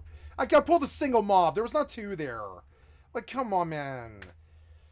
There was not two there. I pointedly pulled a single mob. There was not two mobs standing there. Were they inside of each other and I didn't know? There was not two mobs there. I was very careful.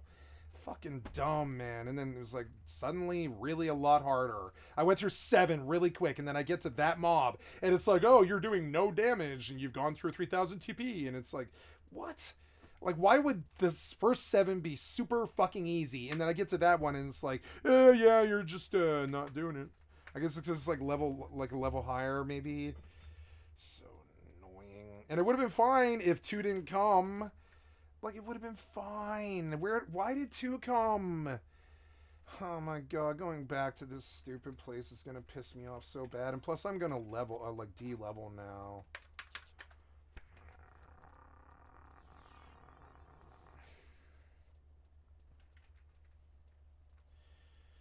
Alright, well, I gotta go get buffer before I do any more of this. And that means going to, like Ellie spawn, because I need money and I need XP. And it's okay, but, like, I died 7 times to Link today, because it just keeps happening over and over and over. Link after link after link after link. Our mobs that weren't even standing by anything. Like, I don't know. That mob's not standing by anything. There was not a link. I wouldn't have pulled. I was like, oh good, he's alone. He was not alone.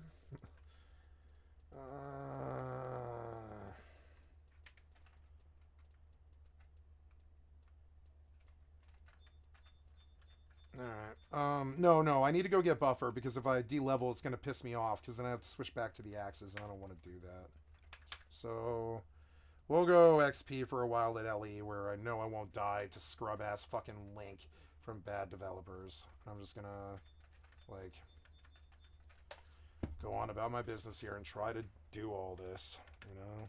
Sick of your Link causing me my time. Like, your fucking Link is such a bad mechanic. Like, all the time. Link. And it's just like...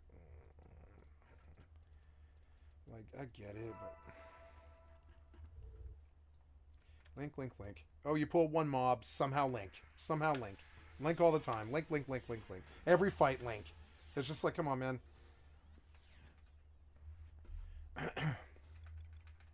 Going to... Valdunia? Yeah.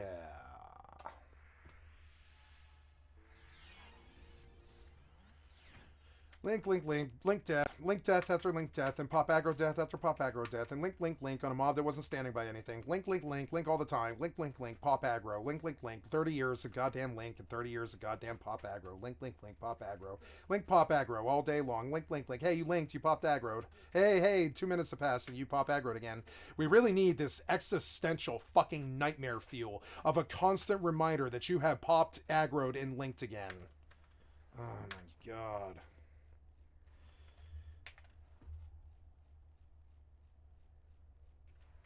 Why won't you summon? Oh, okay. Reasons. Both nationally and local for you, so of course make sure you're registered. People have been getting purged all the time for various reasons. That is where I'm going to end this one today. As always, people are getting purged all the time for various reasons? Okay.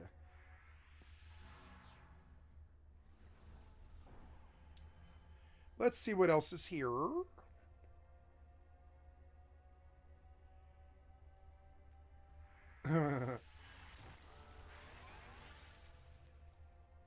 Yeah, I want to see a follow-up. Hello, guys and gals. Yeah!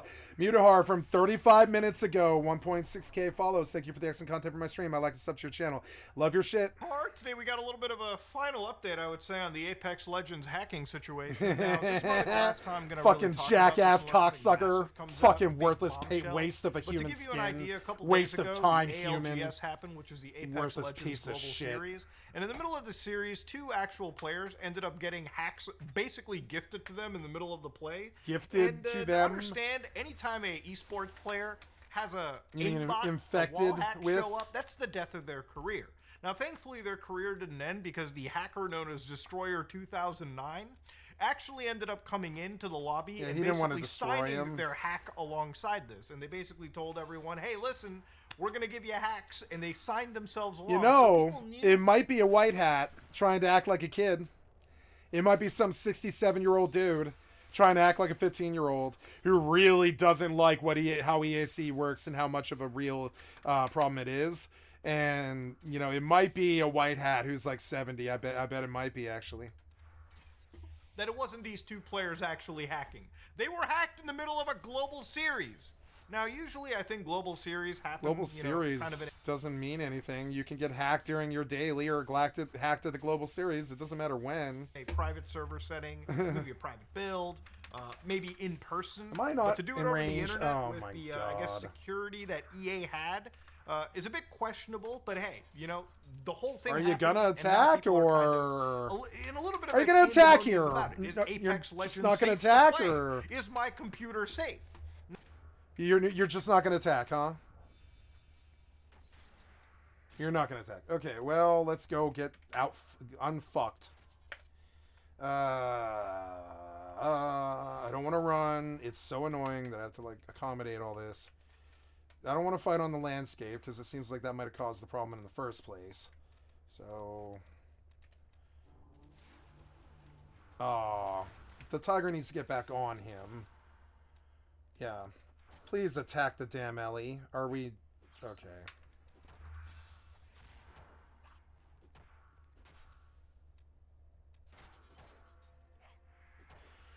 You know what would be good? Is RDM sub. No, because I don't get sneak and invis. Oh my god, I wish I could get some kind of weapon addition, you know? In Blizzard would be so good. Okay, so stun, razor, stun, stay, heal. I want the mana stuff, which is kind of annoying. I don't know. There, the mana stuff. So control 6, control 7.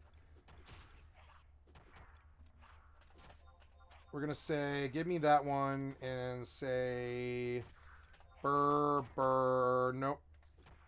Paste. How are we doing here? Good. Run Moonlight. Heal.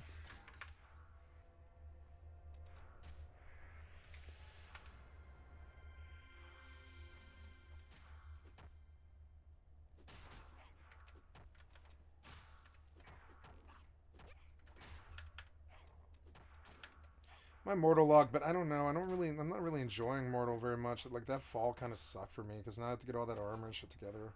I mean, that's not that bad, I guess. It won't take very long. It's not that bad of a process to replace it. It's just more goddamn busy work. You know? Okay. Starlight. Heal.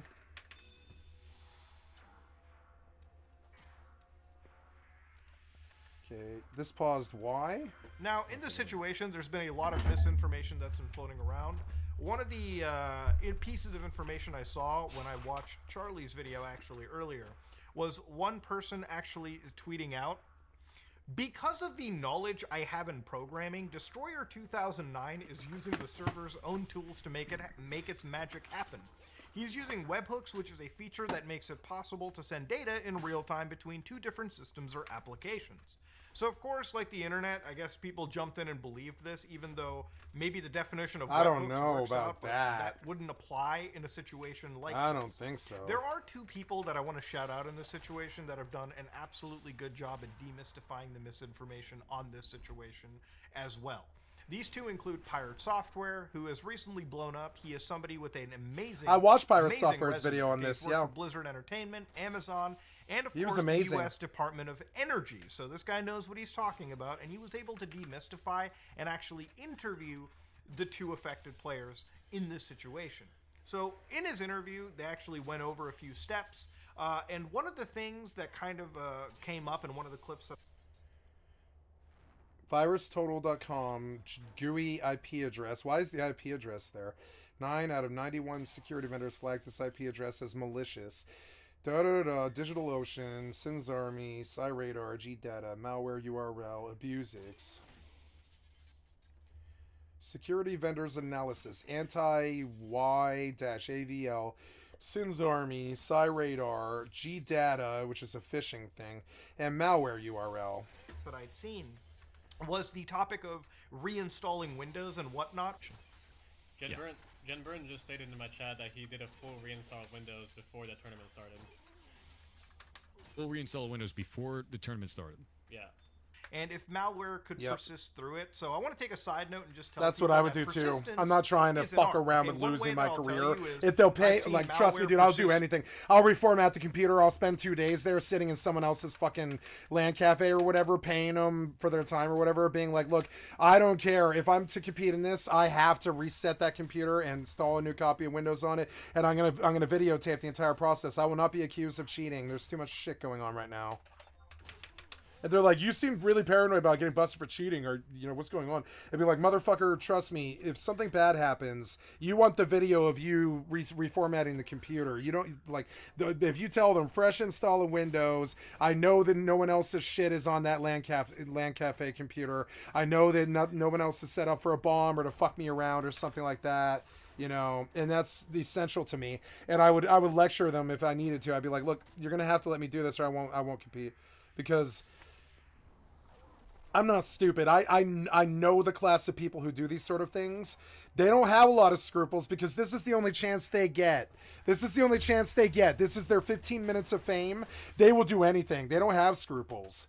So, and if you don't know that, you're an idiot. So if you assume that there might be a good actor at some point, maybe leave you alone or something, I don't really think it's like that. I think they're almost always bad. They're gonna come back if you leave a weakness or some such. They're gonna come get you.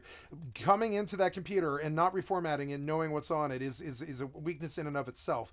On top of that, you don't want anything else on that computer at all. You don't want anybody's Windows stuff. You don't want a few weeks of use on it.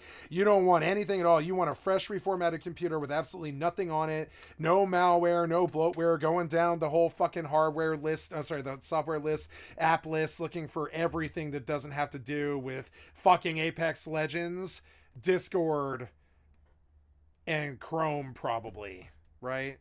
3 things. Maybe OBS.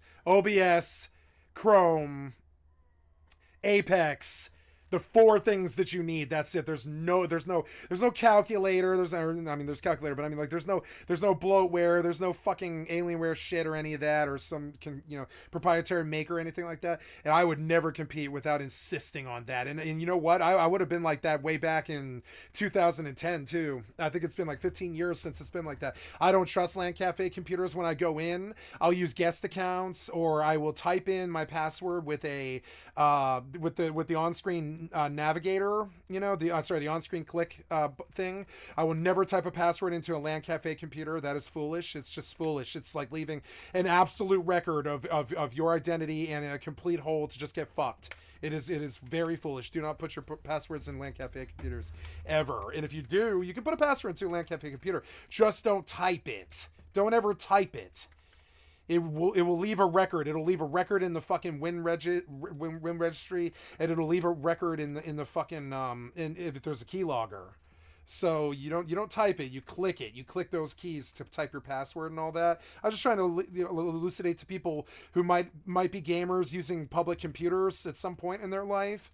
You don't know what's on that thing. I think your assumption should be that if there's some kid who has access to it because it's a public computer, that there is something on it. I think that would be the assumption, because how I view it is I used to be like this too. When I was homeless on the streets, any computers that I had access to, except for my friends, I never did this to my friends, any public computers I had access to, I won't say anymore, but like anything I had public access to, I would leave a footprint that would record information.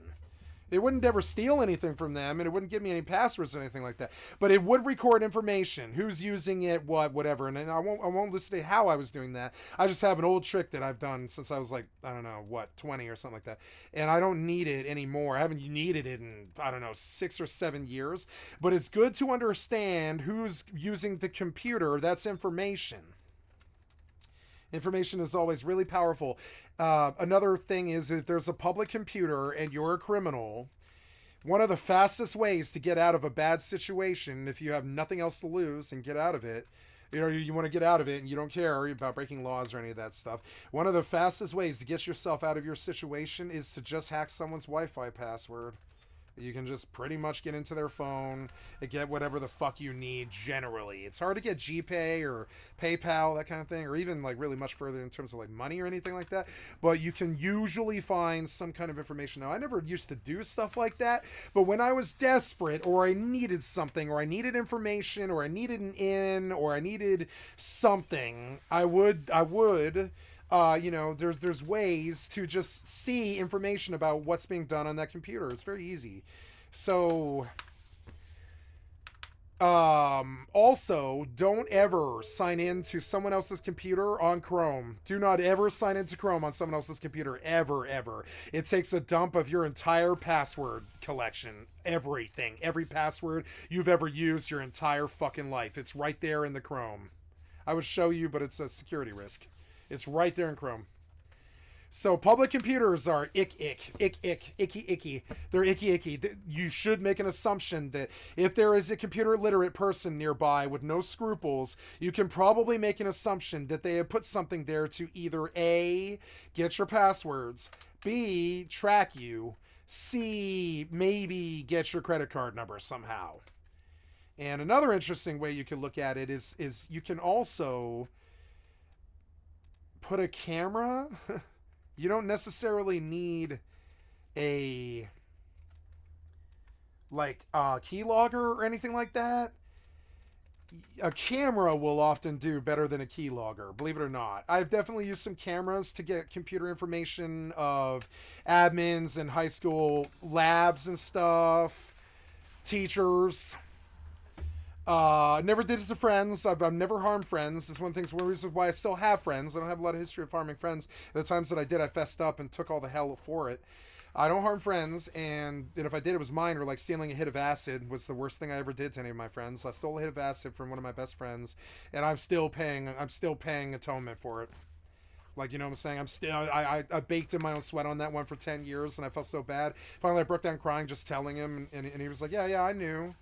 And he was like, dude, you shouldn't have carried this around for 10 years. And I was like, I'm sorry. I just don't usually do stuff like that. I was very weak that day. And he was like, you aren't perfect. Nobody is. It's okay. I'm happy you told me. And it's been a bad thing between us, but it's good that you finally came right with it. And I learned that lying or hiding is actually the hardest way to deal with it. It's much easier to just fess up and tell them right the fuck there if you fucked up somehow. It's just better to do it and be like, look, I'd like to fix this for you somehow. I had a weak moment or something. You don't want to ever harm anybody, you know.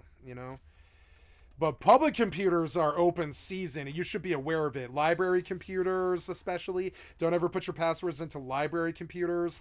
Don't put your passwords into friends' computers. If you do, use the clicker. Don't be using that keyboard. And assume that they have your password at that point, I would say. Because, their friends not going to fuck you. They don't know about that. They're not thinking about robbing you or whatever, but strangers will. And I would say the crime has gone online. It is a sick, sad, pathetic state of the world, but the crime has gone online. It is very seldom to get robbed. There's shit in South Central and stuff with guns and gangs, and there's all kind of gangs, violence, and terrible shit going on. But generally, most of the crime has moved online. And so public computers are one of the ways that happened. And so understand, public computers in a LAN cafe, you could lose your career.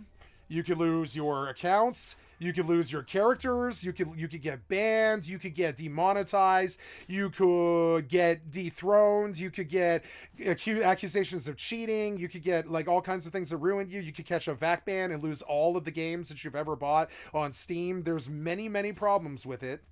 Mainly, you don't ever mess with passwords. You don't ever sign in with your password on someone else's shit. PC gaming is not a thing for other people's devices. There's no such thing as privacy on the internet. No such thing. It is a fantasy. It is what I call a misnomer or a contradiction. It is a self-imposed contradiction. Privacy and the internet are pretty much the opposite concepts. Internet, it means intercommunication in a net. It has nothing to do with privacy. There's no implication of privacy in it. There's no promise of privacy in it. Don't ever let some fucking idiot tell you that they can keep you safe online. Don't think the VPNs can save you. Any of that stuff.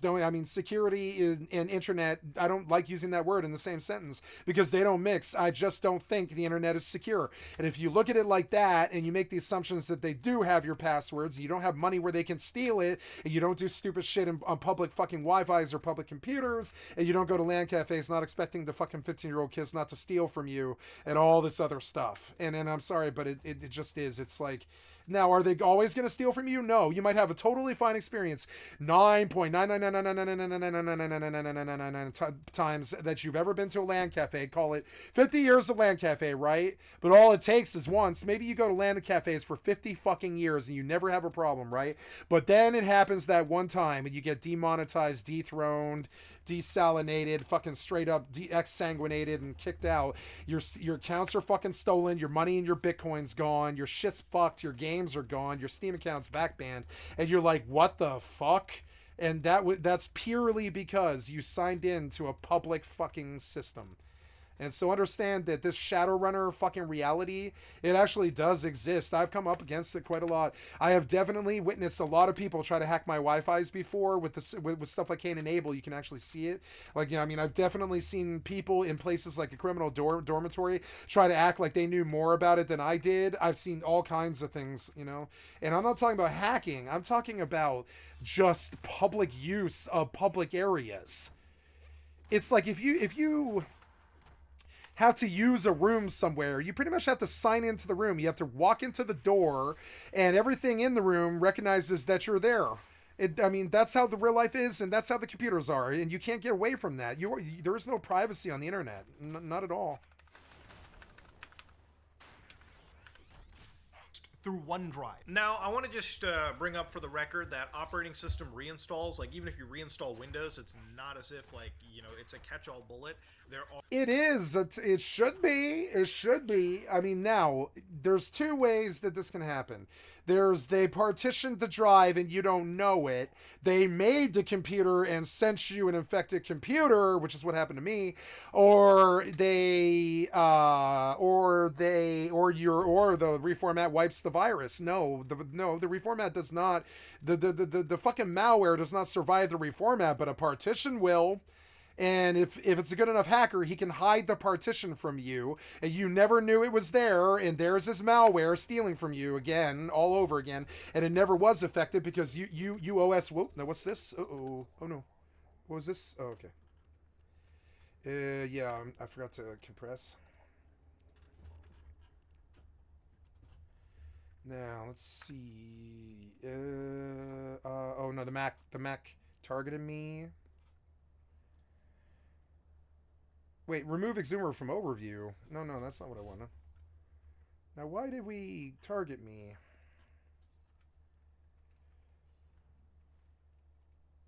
What's this again? It's like right click. Yeah. I didn't target him. I think he targeted me. Now,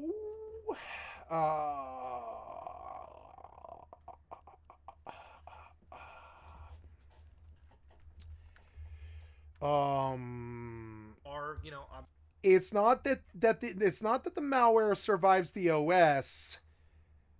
It lives in the firmware. Do you understand? Reformat has nothing to do with the virus hanging around somewhere else, which is possible on a partition. It's possible on the firmware. It's possible on any USB devices, even ones that look like normal ones. It's possible to hide a USB device that's plugged into your computer as something else. It's possible to make a mouse dongle look like a mouse dongle but still be transmitting your information to someone. There's all kinds of ways to do it. And I only know this because I was like paranoid about it for a time. Because I was an internet criminal for a time. So I was more worried about potentially pissing off the wrong person and leaving a trace for them to come find me in like, you know, like places far away. And so I learned all the ways that I was susceptible to that. And dummy accounts can save you, but mainly you just don't leave a trace with whatever your second dummy is. It's hard to describe. It's like using the dark web. It's not like I dabble in this stuff a lot. I really spend a lot of time doing this sort of stuff. It's just like I felt when I left myself open to it, I definitely gave myself the education in it, because we did something harmful for a little while, and I was worried about like pissing off some rando who came after me digitally, right? So I learned a lot of stuff about this. I learned all the stuff that they can do. I learned after a Chinese computer dealer sent me a computer with a partition drive inside of it that was malware that was stealing my credit card information and all the shit that I was typing and all this stuff, and it kept fucking up and revealing itself by the fact that I could not change the permissions on my computer.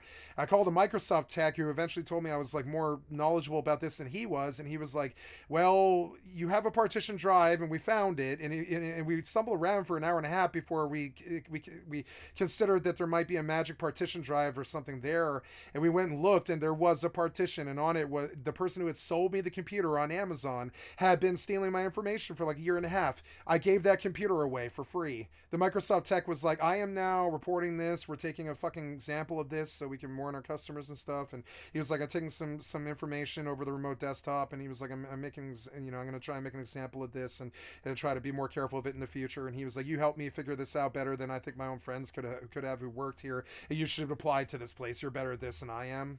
And I was like, really? And he was like, yeah, come apply to Microsoft. You're better at this than I am. And I was like, okay. And interesting day, but the next day I just gave that computer away, and I told the kid, I was like, don't you ever, and I was like, I took my finger and I put it in his face, and I was like, don't you ever, you're gonna be tempted, you're gonna get lazy one day. I was like, don't you ever. And I told him, I was like, we can't get this motherfucker off this drive. I could tear out the hard drives, but then I got to invest another $400 in hard drives, which with the whole computer itself was only $570. So I mean, like, it was a good, i7 computer. It ran all the way up to Tarkov. Okay, it was all right. But I mean, like, that fucking computer was such a piece of shit after I knew what it actually was. I just gave it away. I gave a $600 computer away, and I warned him. I told him, I was like, don't you ever sign into Google on this. You're always going to use an incognito. I'm going to show you how to do this. And I made him a dummy account with the wrong name. And I was like, don't you ever type a credit card into this machine. Always your phone. You're going to have to do your phone. If you type a credit card into this machine, it is not your credit card anymore. And I made him repeat it. I was like, what do you do? And he was like, never put my credit card into the computer. And I was like, what will happen? They will actively steal the credit card number. And I was like, okay, as long as you know that, it's a free computer. And he was like, you're giving me a computer? And I was like, yeah, I'm giving you a computer, dude. I can't keep this computer. It's too much risk to me. I cannot have people stealing my shit 5 years later. I can't have them, watching what I watch, I can't have them, watching me steal games or whatever. I can't have that. It's just like stupid. And so, yeah, and so my friend was like over the moon because he was a Tarkov addict, and he was like, wait, I can suddenly play Tarkov instead of bugging you to borrow yours to play it all the time now? And I was like, yeah, you can play Tarkov all the time now. We set up the two computers right next to each other, and I just gave him a new computer, and I bought this Alienware, and I was like, yeah, I'm never buying a cheap fucking computer on Amazon. And that's an example of how you don't know. I sat in LAN cafes in Denver, Colorado, where I could have sat back there in the back row all day, and the guy's not coming back. He's coming back there every couple of hours, but you can probably be pretty stealthy with it. You can get right on in that computer case with a screwdriver if you're being pretty quiet about it, and you if it's a loud Saturday afternoon, but you've got the lane to yourself or whatever, you can pop that lid. I did some stuff like this. You can pop the fucking lid on that LAN cafe computer, and you can put whatever you want in there. No, I didn't do that, but I exploited that weakness for something else, and I got a couple of computers out of it. You know what I'm saying? I saw this weakness that LAN cafe lanes were not, were not like monitored at all, and I used this to come up on some computers really quickly because it was, I'm sorry, but if you have a security flaw like that, someone should probably show you that you have it, or you will lose it all. And so I did something very, very cheap that didn't hurt the owner very badly, that showed them how bad their vulnerability was, which is something I'm hoping that they appreciated in the end. They probably didn't. This was goddamn 22 years ago or something like that.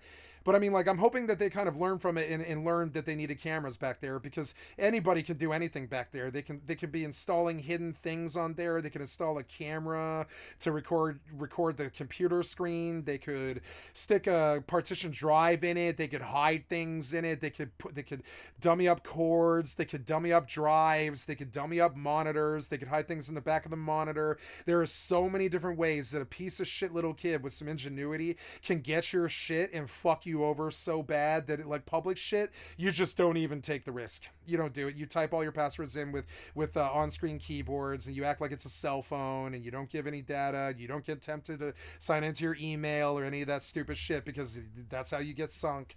That's how you get fucking ransomware or something stupid, really stupid. You get your credit card stolen and they buy $1,500 worth of Amazon cards with Bitcoin or whatever, and you're like, what? And your bank's like, yeah, the 1,500's gone and we'll probably replace it, but it'll be probably 4 to 6 weeks for the investigation, and we got to hold it till then.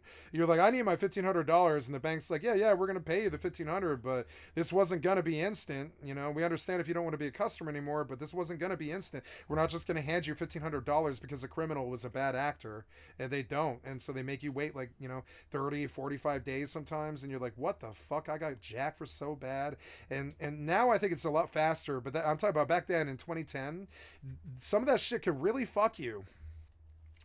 Getting locked out of your email could be so crippling you can't access your fucking iPod anymore or any of that stuff. So I don't use my main email. I have someone else do that. I do not use my main email.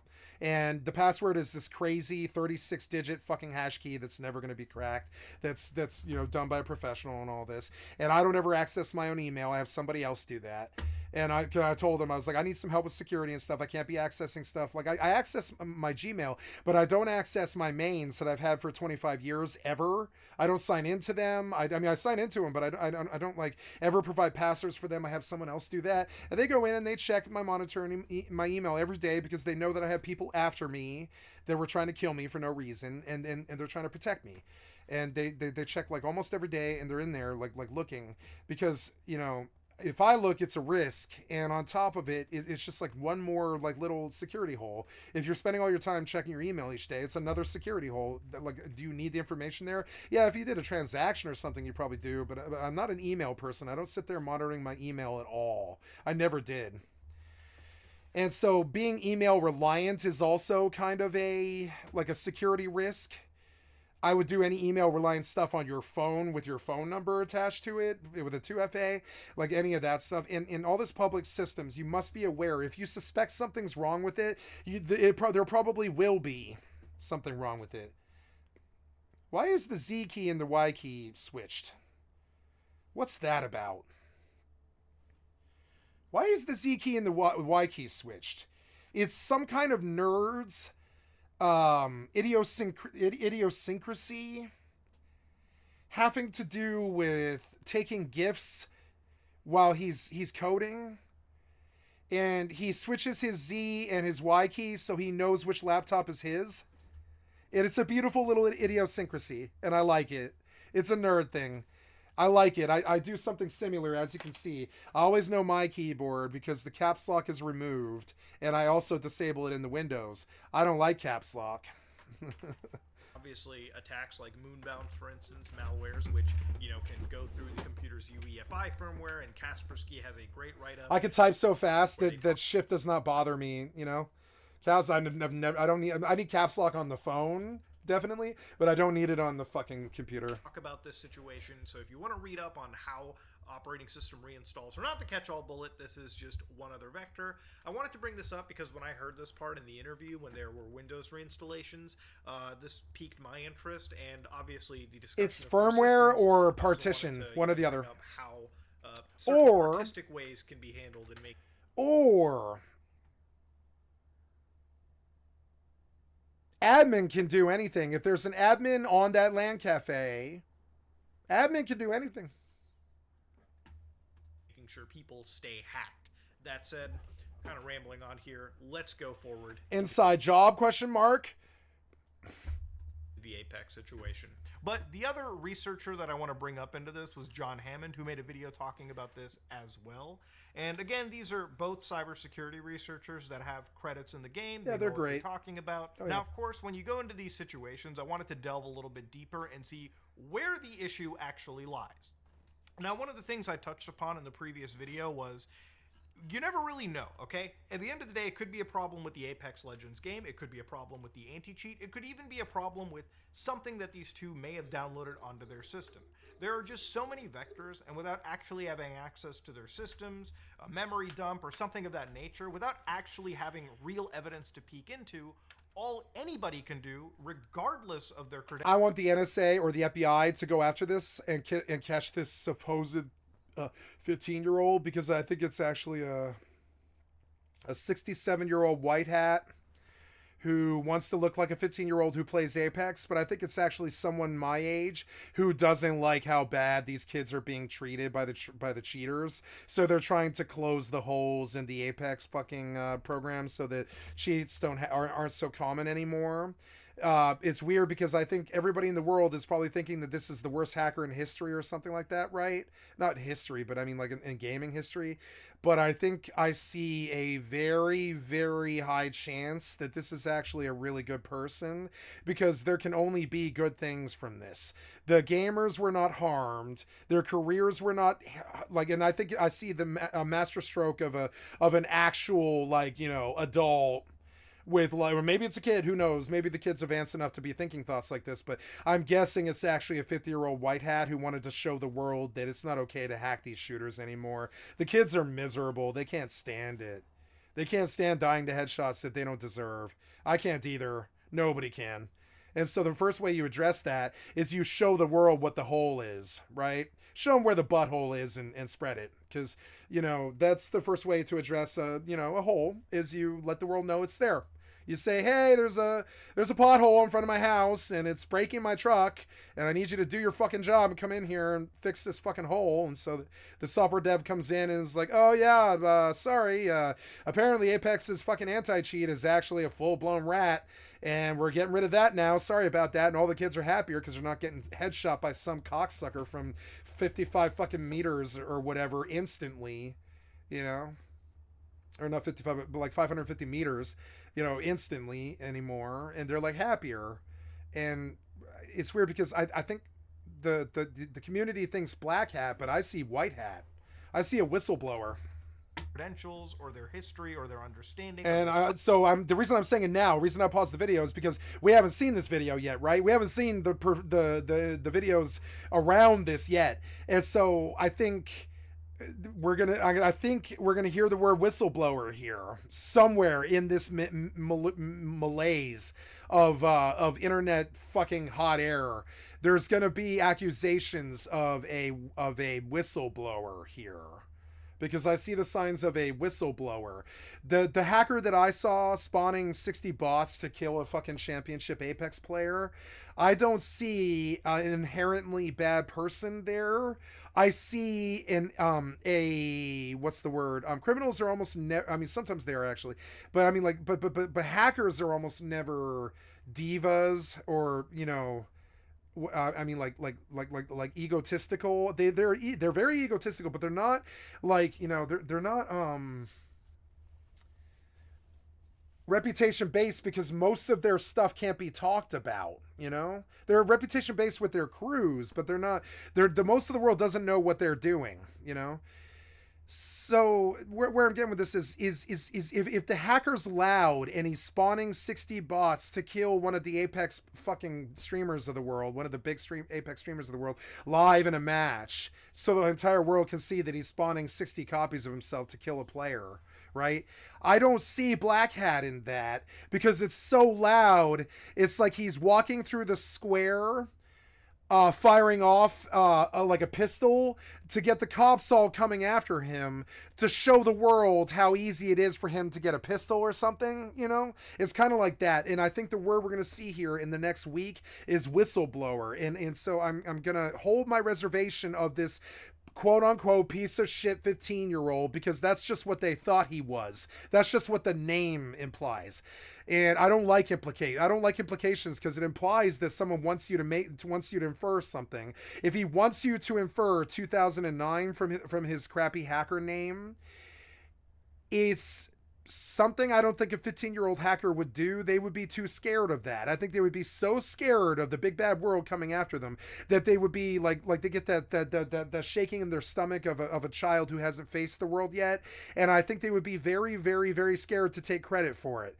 Someone taking credit for it might be White Hat, who wants the world to see how bad EAC actually is. because it's weird. I see a lot of motives here, but the main one is to fix the software. The motive is to fix the software. Black Hat wouldn't want to fix the software. Black Hat wouldn't be loud about it. Black Hat wouldn't be bragging. Black Hat wouldn't leave a fucking MO or a fucking name or any of that stuff. Maybe they will. Maybe they're getting more brazen like that. But I don't think so. I think most of the real criminals who are actually scared would not be willing to take credit for it, because it's not something smart criminals do, right? This one seems so brazen and so exorbitant that I suspect whistleblower, and I suspect it's someone dumb like Krebs. If you go looking for people that might be smart enough to do something like that, somebody like Krebs, you know, somebody who really doesn't want the kids to be bullied by cheaters all day. I don't want that. I would go out of my way to hack attorney if it meant that the kids weren't being headshot by fucking aimbot anymore. I would do that. You understand what I'm getting at here? The whistleblower fucking authenticity of the way it was done, the actions, the MO, the fucking evidence left behind, all that stuff. It's the MO of a whistleblower, not one of a black hat. Topic. It can all just lead to pure speculation. And then that's my speculation. It's all speculation, but my speculation is this person wasn't helping the hacking community. They really weren't. They weren't gonna continue brazenly doing this if they show the world that it's possible. That's not gonna happen. Only a white hat would do that. So there have been some announcements since then, and one of the announcements was actually hilarious. Only a white hat goes in and saying, committing a crime now, arrest me, this shouldn't be possible, working as intended, quote unquote, right? And it's a white hat. I'm fucking convinced of it. Now, am I right? Who the fuck knows? Who the fuck knows? We'll probably never know. I mean, unless they bust him. But I mean, like, I was calling for his blood yesterday. But honestly, this is going to do a lot for the gamers. They're going to address this whole this open spread, you know, collapsed rectum of this cheating problem, and this might be really good for us. I think it's really bad for us that they can do this sort of thing, but I think it's really good for us that it got exposed. You get it? And no black hat would ever expose it. Their crew would hate that. Their crew would be like, dude, you gave our power away. Their crew would be furious with him. They'd probably fire his ass or whatever. So it could be a black hat who renounced his ways and just, you know, gave the trick away. It's like a magician telling the world what his trick is, you know, when he's quitting. Like that movie, The Prestige, right? And so he shows the trick to the world so that the world fixes the trick, you know, the exploit. And then suddenly Apex isn't such a toilet anymore, and the kids aren't getting shot by aimbot cocksuckers all day. Crunch that actually got in touch with and everybody's happy. Can butt fuck off into the sunset together with the androids. Destroyer 2009 said that they did it just for fun, and the goal was to force the Apex Legends developers to fix the vulnerability. There it is. It's white hat. See it? There it is. I called it before he said it, didn't I? This video is only 30 minutes old or something like that. Tell me I don't know about this stuff. You know what I'm saying? This video is 1 hour old, and I'm fucking putting the words out there the same time or close to the same exact time that Muta fucking Har is. And that's how you know. I really don't want to go into the details until everything's full patch and everything goes back to the normal, but I'm just trying to protect the kids, right? Ability he exploited. So when they actually wanted to talk about how this had happened, Destroyer 2009 will not discuss this vulnerability or even report it to Apex Legends. No, because there is because it's not on him. It's not on him to do their fucking jobs. They need to go fucking do their jobs. It's like the same thing with the pop aggro. You can have 30 years of Dark Ages, or you can fucking fix the problem. You know what I'm saying? Fix the fucking problem. No bug bounty program that financially rewards hackers and researchers for reporting any security. Like, fix the problem so none of this is a fucking issue anymore and nobody cares about this stupid shit. I am sick of aimbot. I want it the fuck out of here. If you guys are so good at all this, then why can't you stop aimbot? You know what I'm saying? This doesn't seem that hard. It's like this really overt executable flaw, which is something I didn't even know existed until today. So, for those of you who don't know what a bug bounty is, for instance, Riot... Sure, it might be virtual machine. It's still a really overt fucking executable, no matter whether it's virtual machine or not. It's a very overt executable running on the computer. You don't have the power. Microsoft doesn't have the power to stop that. I mean, they wrote the fucking infrastructure. I mean, you don't think Microsoft can't fix this? I think they like this. I think they want it to happen. I think the drama just draws all the attention back to the software world again. You know, I don't know. I think they live and breathe off this shit. They like the drama, like I talked about with the deep state. They like chaos. I don't think they care about, like, somebody getting harmed. They just like the chaos, you know? Up to $100,000 for any reports regarding the Vanguard kernel driver, right? So for anybody that doesn't know, Valorant... So this is like they're announcing an Easter egg hunt to try and spin this and put a good, you know, good thing on it. They're like, hey, little shithead game cheaters, if you can tell me how he did it, I'll pay you $100,000. We're Valorant, we're not liars. And I love it. Look at all the interesting things that are going on. Fuck the cheaters. Get these worthless pieces of shit the fuck out of here. The trash takes itself out. Uses the Vanguard anti-cheat, which Taylor Swift was right. Runs on your system. Like the trash takes itself out. Kernel level driver. And if there's any issues... The trash took itself out, didn't it? It came into the tourney and it fucking lit up the entire fucking world and it took itself out, did it not? The trash took itself out.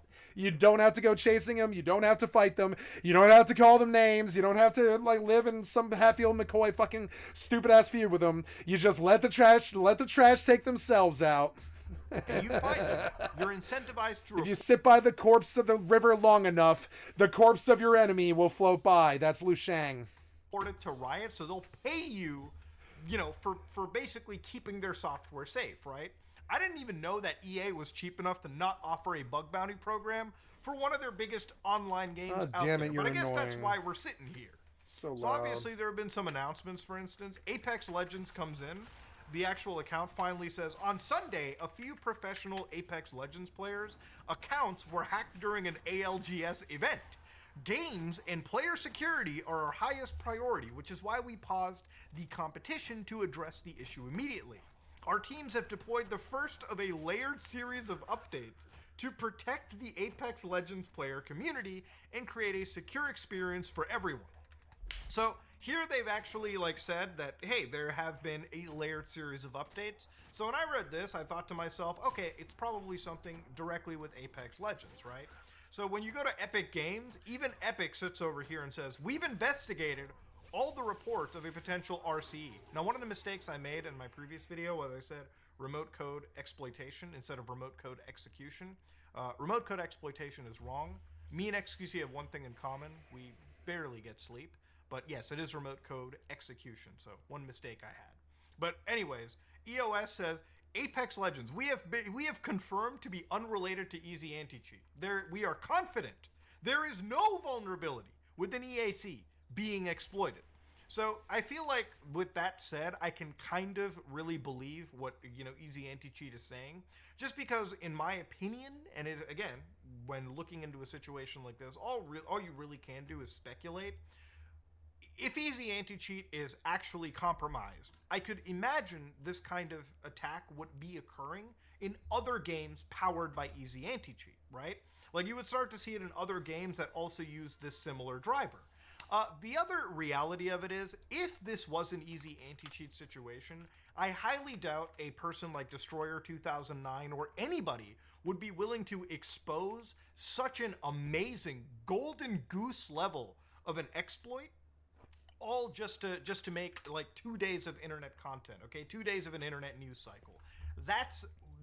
These are two things that I keep running into my head ever since I talked about the situation. If you had something this exploitable, because remember, Easy Anti-Cheat is not just Apex Legends. It's multiple other games out there. It's Fortnite. It's tons of other multiplayer shooters with tons of millions of players having access, right, to their systems. I don't think that they would just announce this publicly without actually exploiting it, right? If this was an Easy Anti-Cheat situation.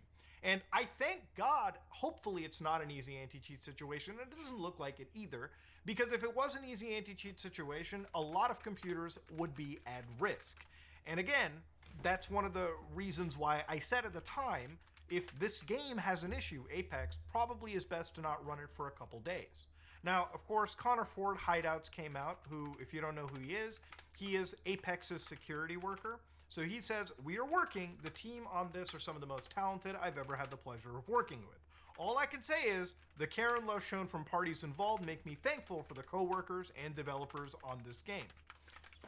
So I've seen a few people kind of rag on these individuals saying, what are you guys actually doing if you got a hack running? I think it's actually disgusting to rip on the actual programmers and the developers for the video game and the anti-cheat, okay? First off, development of any software, especially a video game, is incredibly convoluted, right? It's complicated. Sometimes what you make can break another thing, okay? There are a lot of exploits just waiting to happen, right? Anything can happen. When shit hits the fan, it's easy to blame the programmers and ask them to be fired and somebody else brought in, but in reality, when shit hits the fan, it could have been anything. I wouldn't even put it to the fault of any individual person. All you really can do in a situation like this is kind of support the actual development team and hope that they can isolate, figure out the problem, and hopefully patch it in due time.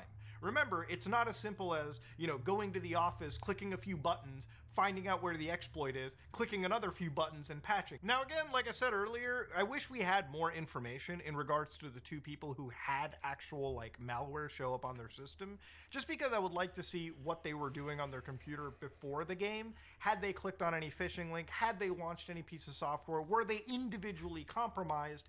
And it wasn't just the game. It's also hard for me to trust the hacker as well, too. There's a lot of moving parts in the situation, but I think really what kind of clears up for me is, at the end of the day, there has been a response, and it seems primarily towards the side of the Apex Legends game. Now again, to constantly just...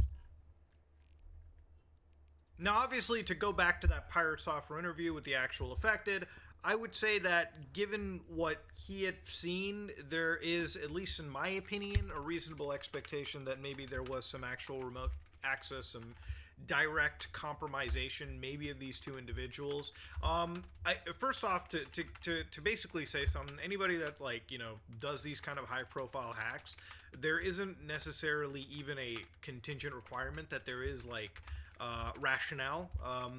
One thing that hits me is if EAC was actually attacked, or the actual anti-cheat was compromised, the amount of computers and the amount of systems that would be at risk would be pretty astronomical if there was a vulnerability in the actual anti-cheat, because tons of other games use easy anti-cheat.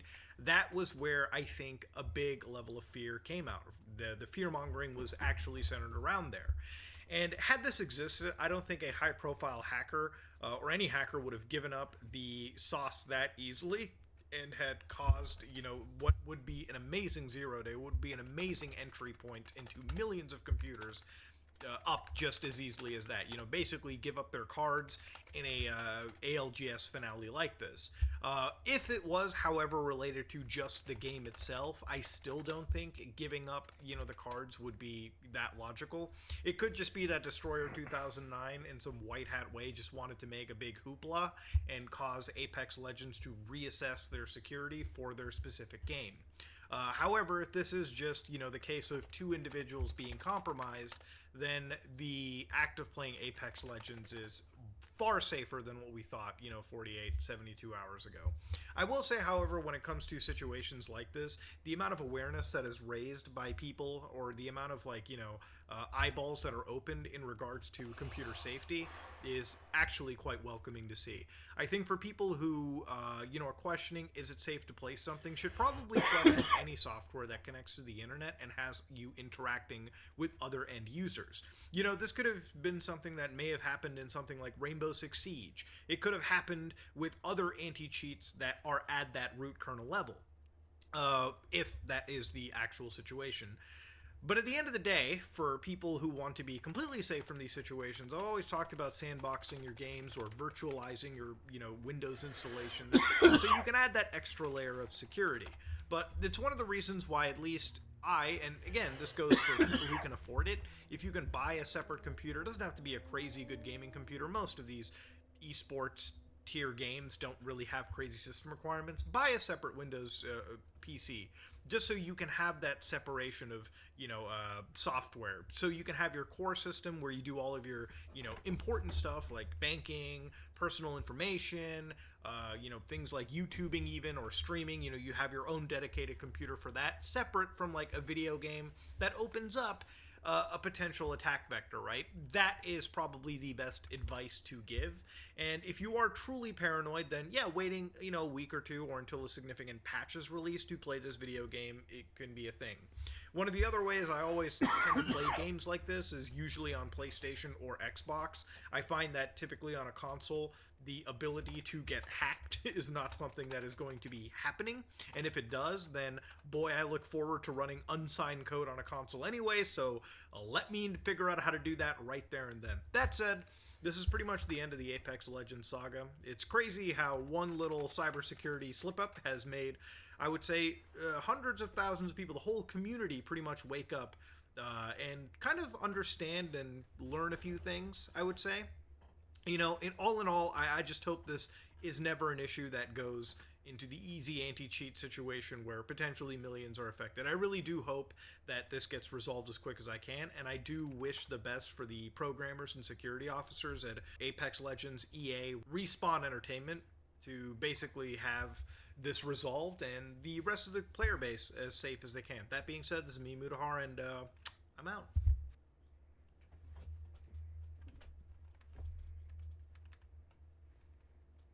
I guess I could fucking get it all running again.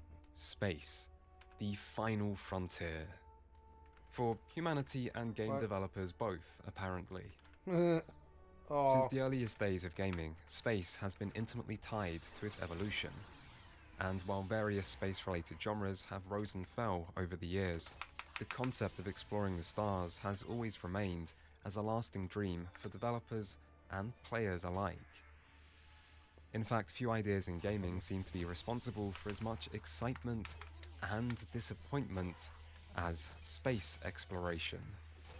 I've seen this idea video. Created the most expensive video game in history, and the largest. Wait, you just played another one, huh? How old is this? Yeah, I've seen this before.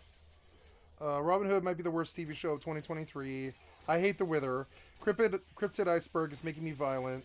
On Starfield, a review and analysis. When a bad movie gets 220 awards. I like this guy. I listened to him last night. How does a bad movie get 220 awards nominations? I would rather stand. Oh no, yeah, this guy. I like him, but he's actually really alt-right and really misogynist. I think actually he directly goes at it and misspells their names and stuff like that. He's overtly misogynist. Yeah, like literally, like right there in the title, he was making fun of women in the section title, and I can't condone it. And I like the guy; he's a fucking genius, but full blown misogyny. Like he ripped into the Barbie movie, and he was like, "This socialist fucking woke, like liberal war drum is destroying America and all this stuff," and I was like, Jesus Christ, man, it's just the Barbie movie. It's for little girls. What are you talking about? It's Margot Robbie. Yeah, sure, it's woke, but I mean, like, is it harming you? Did Barbie looking pretty and blonde harm you in some way? It has some messages about empowering women, but I mean, we've never had a female president in the U.S., we I think we kind of need to empower the women now. Yep, and I fall with whatever you think woke is, but my thing is like, it's just a girls' movie. It's not some communist manifesto. It is a ladies' movie with feminine energy. It's not some communist manifesto trying to take down fucking like all the men or whatever. It's not some gender war that he tried to make it out to be. And I liked his video immensely, but it was incredibly misogynist. He wasn't being overt, like directly, like straight up like fuck women or whatever. Not that I'm trying to say that. I'm not. He was more like just full blown making fun of them for like 2 hours, just and he was like making fun of them, which I liked, but he's doing so because he doesn't like them, not because he's laughing with them. He's laughing at them. He's like actually actively attacking them. He attacked Barbie, and I was like, it's fucking Barbie. Does it need to be attacked? I mean, sure, it might have some sway on the cultural, socio-political swayings of 10-year-old girls. maybe the gay community and some toy communities and the Mattel folks and kids in general, probably the boys even saw that movie, you know? And in the summer, Barbie will be a favorite in the fucking, you know, the campfires and the fucking, you know, the summer camps, and it's okay. Barbie is not this crazy woke, like like blueprint for the destruction of the alt-right man. It's just, I'm sorry, it's not. Like, he really spent like 2 hours, like fucking 2 hours, just like really ripping into like the creator, all the women in it, all the effeminate men, you know, and I'm doing that too. I mean, they were effeminate men. They were there's not a scene in Barbie where there isn't a man wearing pink perfume, makeup, and a tanning oil. It is definitely, it's definitely that. But they're definitely effeminate. But I don't, you know, that didn't even bother me. It was just sort of like odd. It was just kind of odd. It was like, and so he was trying to make this point that all the men in it were these like effeminate cowards, and I was like, sure.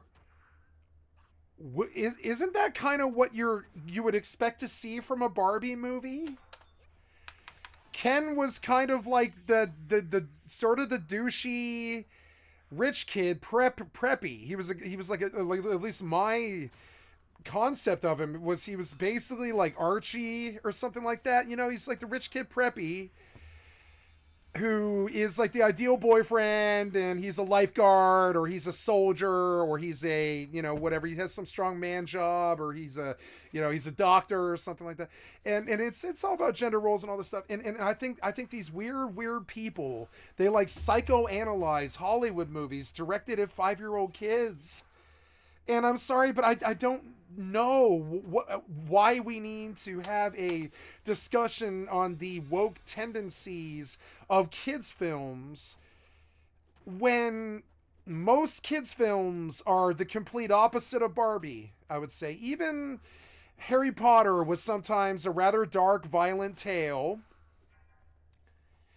And I'm sure there was some programming in the script and all this stuff. I'm sure there was subliminal messaging in it. Every movie does that, you know?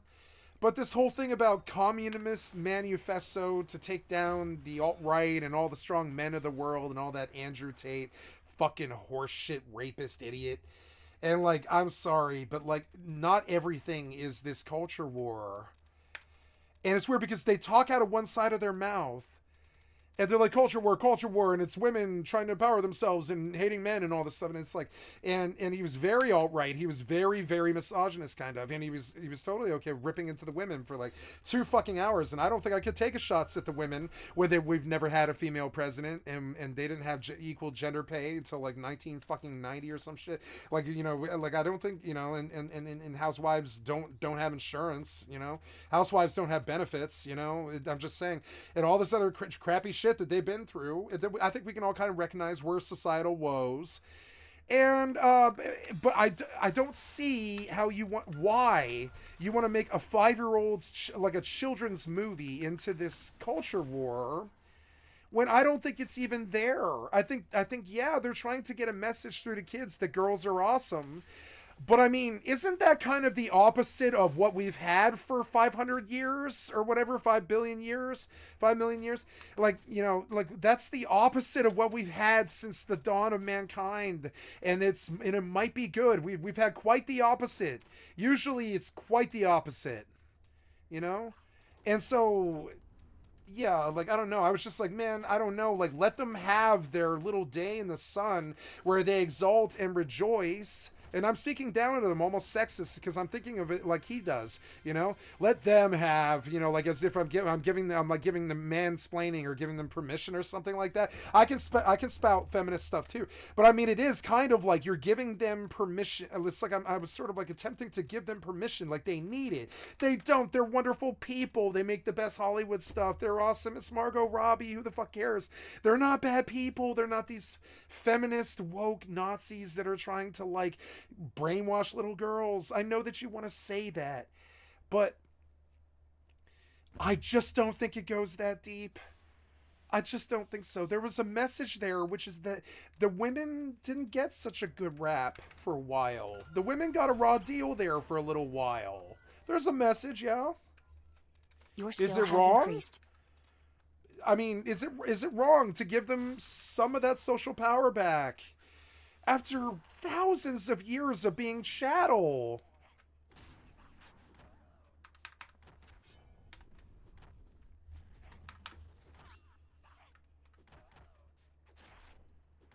Your skill has increased.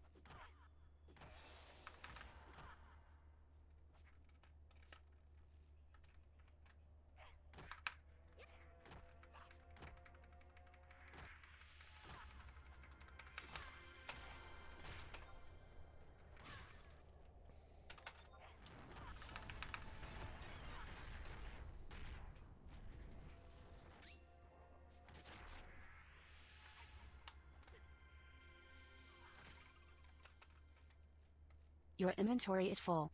Inventory is full? Why? Oh, I got a war testimony. Well, I mean, yeah, cool. I mean, wow, I really would have wanted that, maybe. Oh, I got a Garliage coffer key, look. Oh, look, I got my coffer key. Wow, I'm going to go get my gear. I had no idea. Well, now I've got my buffer, so if I die, I probably won't. Oh, no, I did not. I did not get buffer, no. Let's equip the ring and try to get some more work done. Didn't I delete something? Or I don't know. Bat fangs are no good. Just get it gone. And I think I can put some of that away, but I don't really need to. I kind of need more XP still, so let's just keep at it here. But I got my coffer key. That's good. I'm going to get my... my chest, I guess. The chest is Garliage, yeah. I think it was. It was, yeah, Garliage coffer key was for,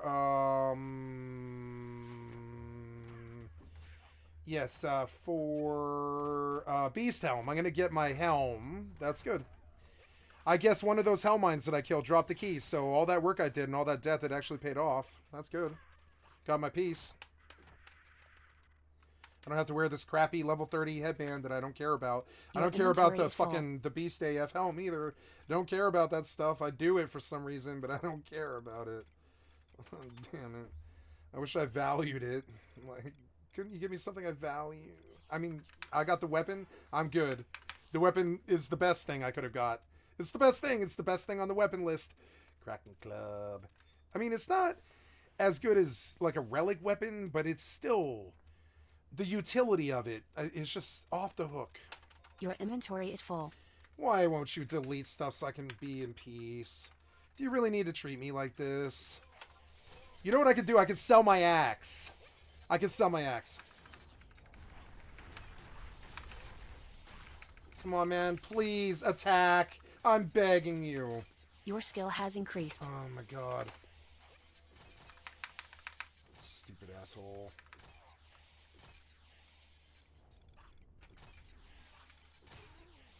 Fucking para. Your inventory is full. Yeah, I know. You just have to harass me, huh? All this pressure all at once. Mobs and death, and your inventory's full, your inventory's full, your inventory's full. It's just like, why does it need to be this way? Please stop this. Come on now. Come on now. Your skill has increased. I don't know. Moonlight and, please get on the fucking ghost. Get on the ghost. Go. God, you're annoying. Been trying to sick that tiger for like 90 seconds. Let's go. Haha, heal, bitch. What are you gonna do? You can't do anything. I'm about to do it again. Watch. Look, I'm at 800 TP already. Gonna run the Moonlight, and I'm gonna spank you. Come on now. There it is. Go, go. Run the Moonlight. Haha. I didn't get enough. Run regen here. Yeah, run a regen. I'm sleeping. Why did you sleep me? You're attacking me. What? Oh, he slept both of us, huh? Sleep gone? Okay. Stupid ghost. You better not kill me. What is it? Oh, it's sleep. It's sleep.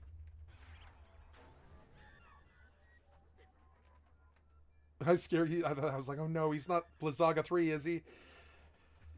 Your skill has increased. Okay, go, fucker, go, attack him. Go, fucker, go. Whack this fucking ghost. Why aren't you mining? I keep telling you to mine. Why aren't you mining? I've been telling you to mine for so long. Why aren't you mining? You're not mining again. Oh my god. Come on now.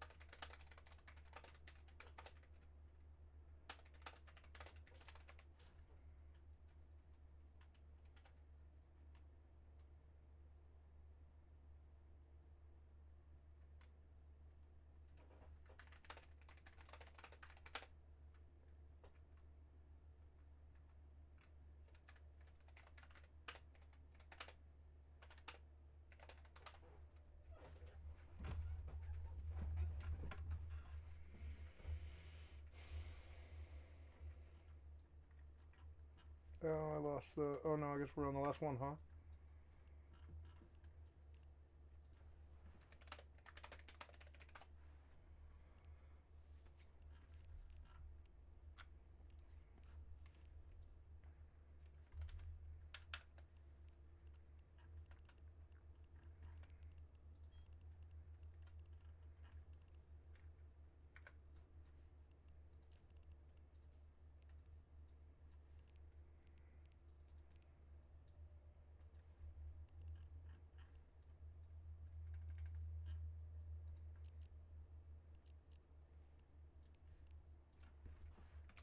Warp drive active.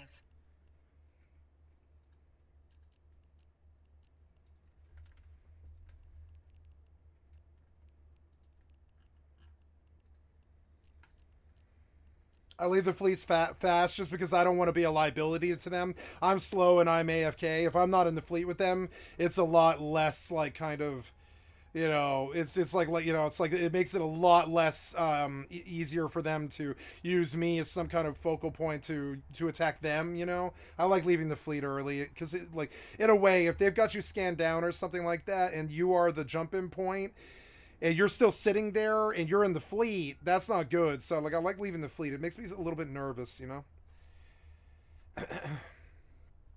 I like the fleet, but it does make me nervous sometimes. I'm like, it's just more information that...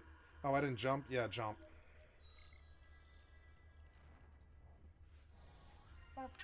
Fleet's coming tomorrow, so apparently I gamble all day. Okay. We have a guardian angel on EvE that has looked out for me. I think it would be 2 times, and prevented some gangsta stuff. I don't know what that's about. I never see that the energy has changed. The curse might have finally like subsided. I think it is really good. I'm pronouncing it. I think I want to put the energy towards it now and ask the universe to just let it all go and stop giving me so much sorrow. You know, I'm okay with some bad times, but so much bad stuff one after another. We can knock on fucking wood, you know, knock on fucking wood and hope that, like, you know, the energy has changed now and I might still be able to get stuff like Octave Clubs again. You know, I'm not paying some fucking karmic debt that was overly, like, you know, punitive and anymore, and better things are happening. I wish I could get a reading. I think I'll,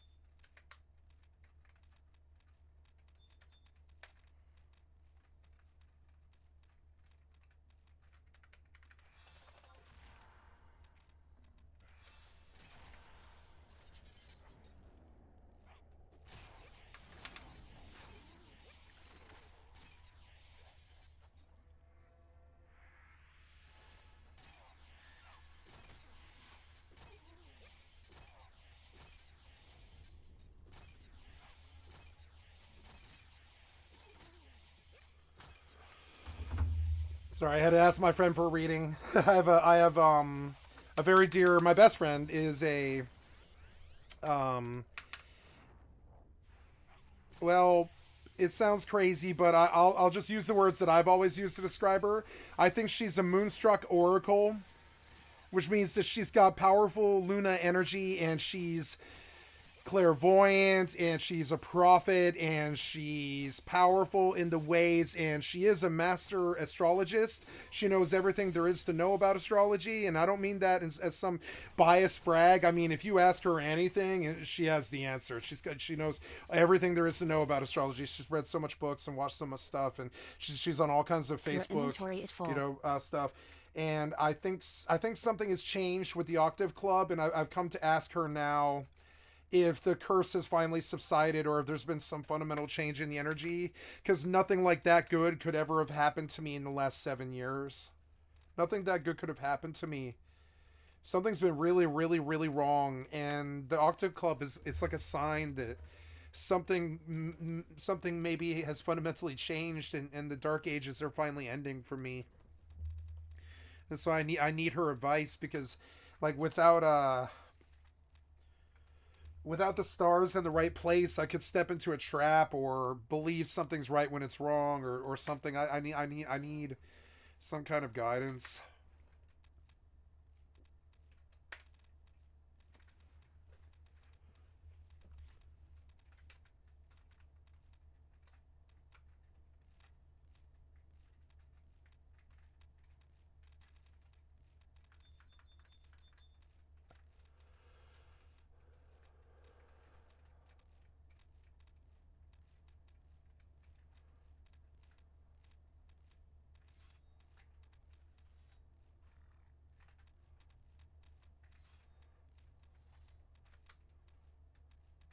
What was that sound?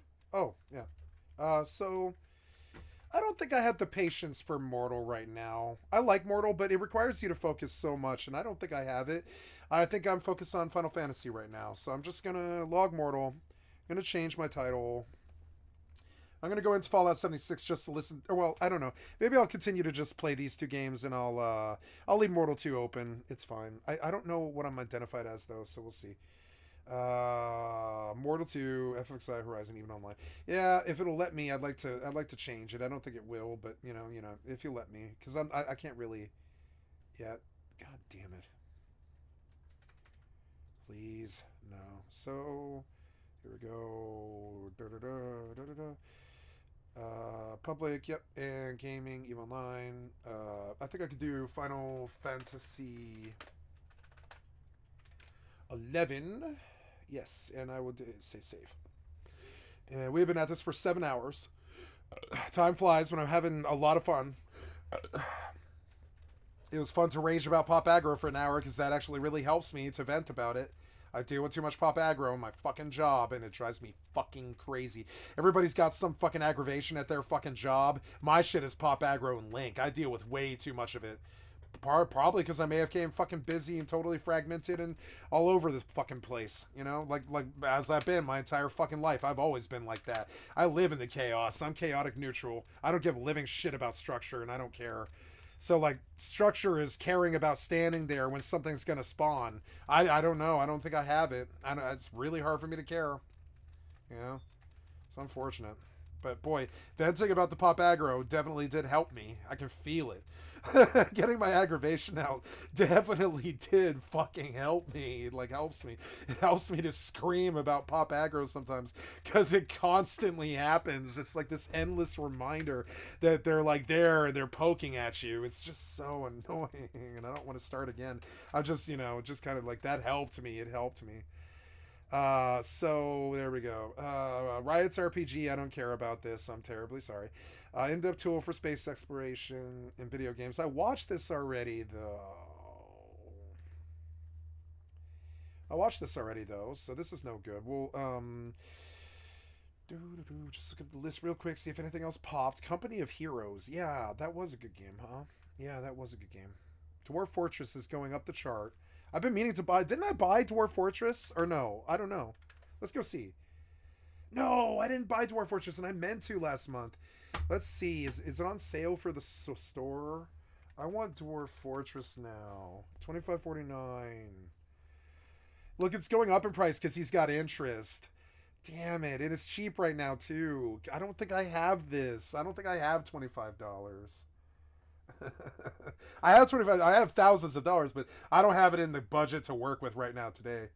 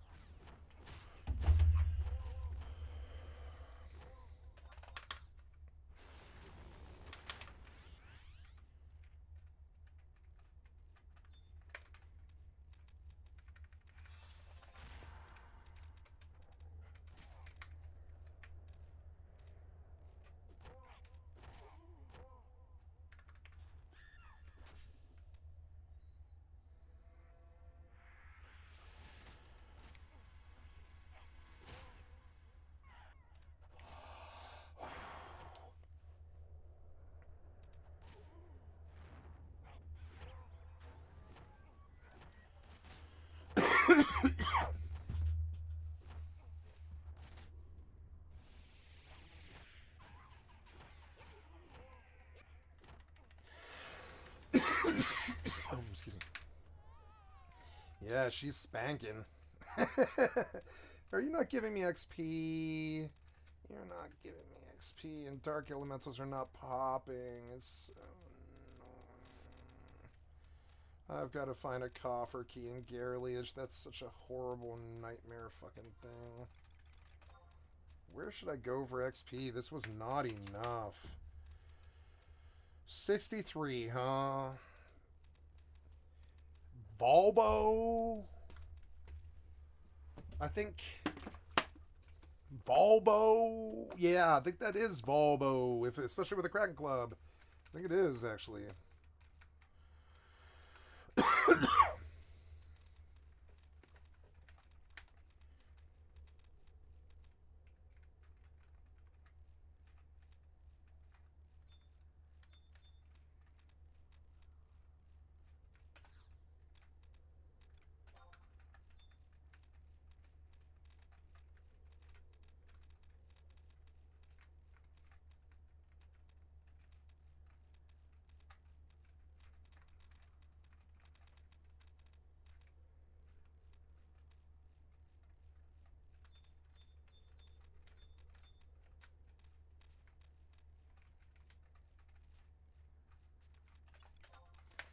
It's Volbo. I'm in the wrong place. I need to be killing BST pets and goblins in Volbo.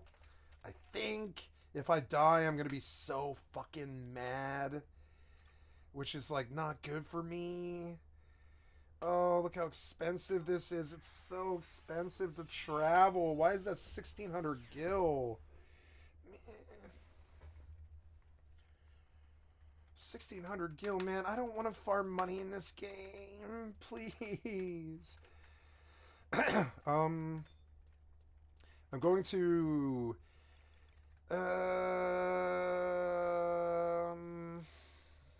Volbo, I guess. Yeah, like just directly. Yeah, oh no, I'm full.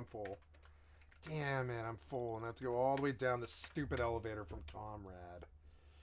Why do you torture me with this repetitive elevator shit? It's such an affront to me. It feels like a fucking personal attack almost. Fucking elevator is such a waste of time.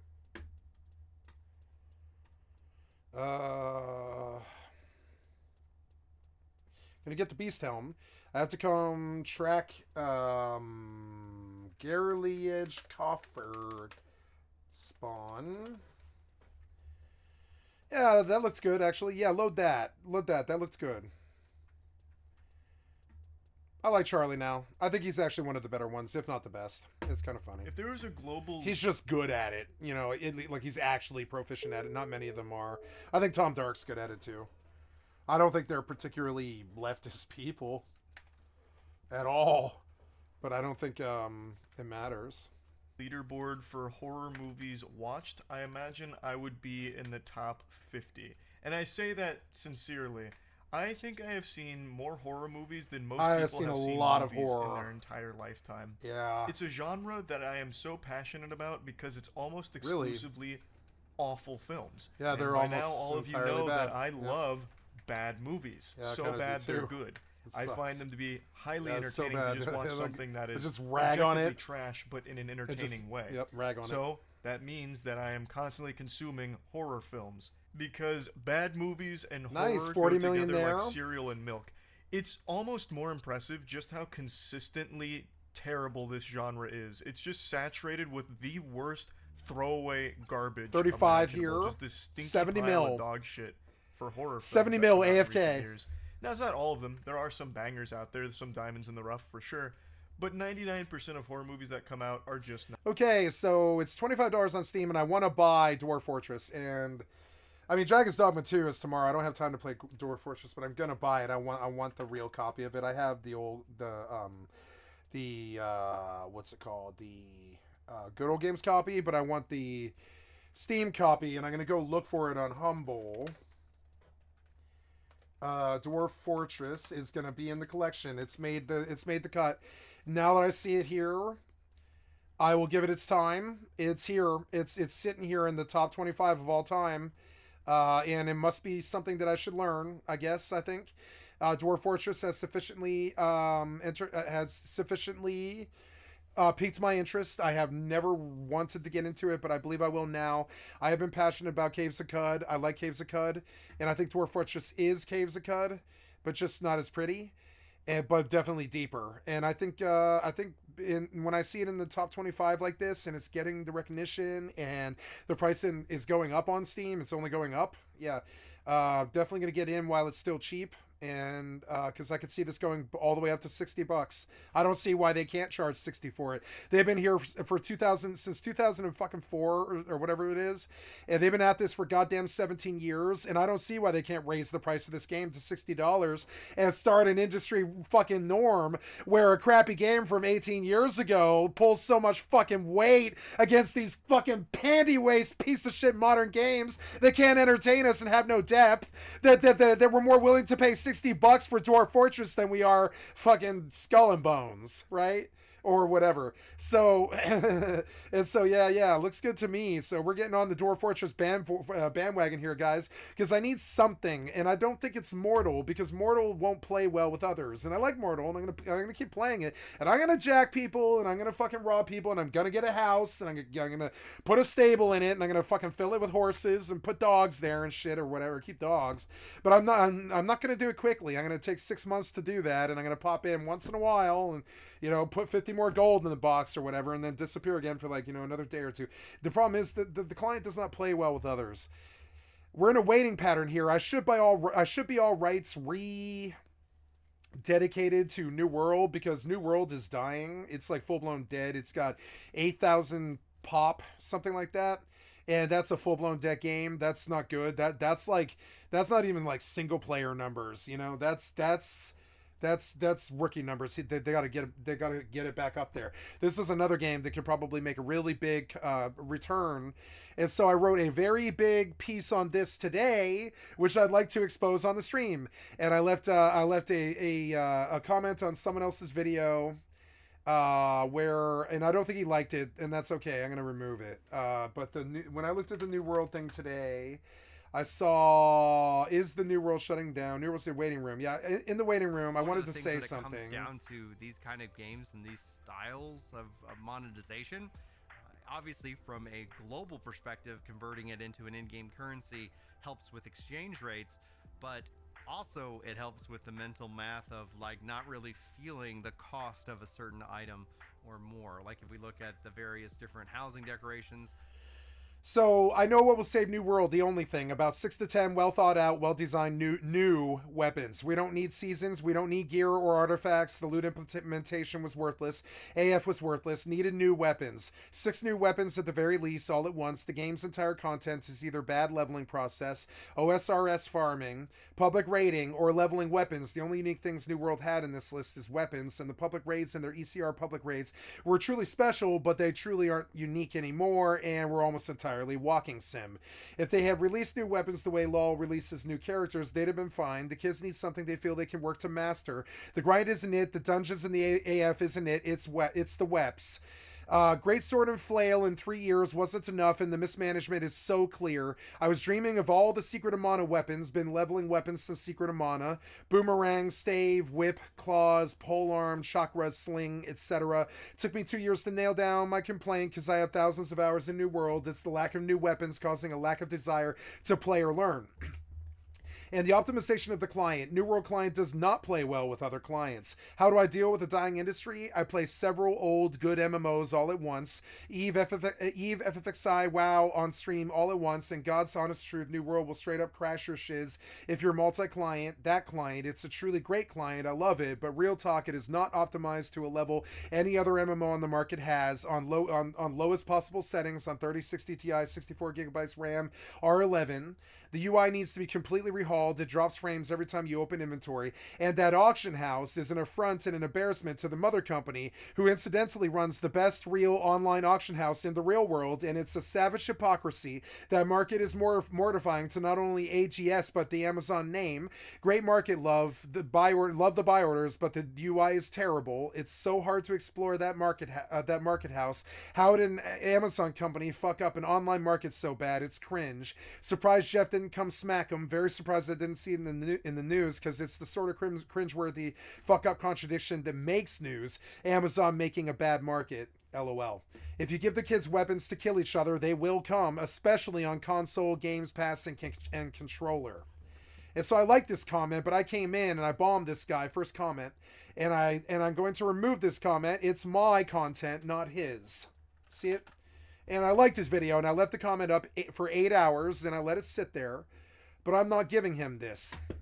I don't want them having my work. They can have my shorter comments, but the ones where I write a 3-page fucking paper about how to fix New World, they can't have those. That's my shit. Not good. You understand? My shit, not I've yours. Seen, you know, like 99% of horror movies. So last night I was just going through this big rant about like Blumhouse just pumping out trash, as well as like they can't have that because most of that shit is ours. That's my shit. Like Hereditary. They can't take that because most of that shit is ours. Martyrs. So it was this mixed bag. Fucking Julian. Fucking Trailer Park Boys. They can't take that because most of that shit is ours. About horror as a genre. Fucking Trailer Park Boys is the greatest television show ever made. I mean it. I'm not being hyperbolic like a streamer. I believe it is the greatest television show ever made. It has the most heart, the best writing, the funniest jokes, the best people, the best actors, the most DIY approach I've ever seen a television show do is Mike Clattenburg, who is a living god. He did Black Jesus, you know what I'm saying? Mike Clattenburg's a fucking genius. And Trailer Park Boys went 13 seasons, you know what I'm saying? And then all 13 were good. The last 3 were kind of but I mean, like, about 10 of them were super fucking good. And the cartoon was great, and I wish it had kept going. And all their stuff is great. And we're gonna do something I don't usually do, but we're gonna do The Kitty Man Cometh, because I love the Trailer Park Boys. And if the Trailer Park Boys were some kind of social, cultural, like, you know, identity, kind of like Juggalo or something like that. If TBP was a fucking identity, I would wear it on my fucking sleeve, you know what I'm saying? So yeah, and here's The Kitty Man Cometh. Gonna sing. What's the cat with the hungry belly? Wayma, the cat was whiskers jelly. It was dry and his bowl was bare. Well, make pretty cats meow. Soon may kitty men come with the birds and mice and some tasty nums. One day when the critters come and the meat till our bellies are full, we got these boys and they gather round. Their seeds from a sack they found. Have say seeds they spread on the ground with bitters of food. Soon may the kitty men come with the birds and mice and the tasty nums. One day when the critters come, we'll eat till our bellies are full. Game was bored and morale had dipped. Will another seeds grew green catnip. So then they snacked and they all got ripped. They all had a meow that night. Soon may kitty men come with the birds and mice and some tasty nums. One day when the critters come, we'll eat till our bellies are full. Kids were hung when the morn was nigh. It was strong and they all got high. Bowls were shrunk and their bowls still dry. Bring us rice today. Soon may kitty men come with the birds and mice and some tasty nums. One day when the critters come, we'll eat till our bellies are full. Woo! Woo! In general, and I just wanted to show you all of that real quick because I have seen more horror movies than I imagine most people in the world have. Movies you've never even heard of, I have seen. In fact, my least favorite movie of all time is a horror film that I bet 0 of you have ever heard of past the times I've mentioned it over the years.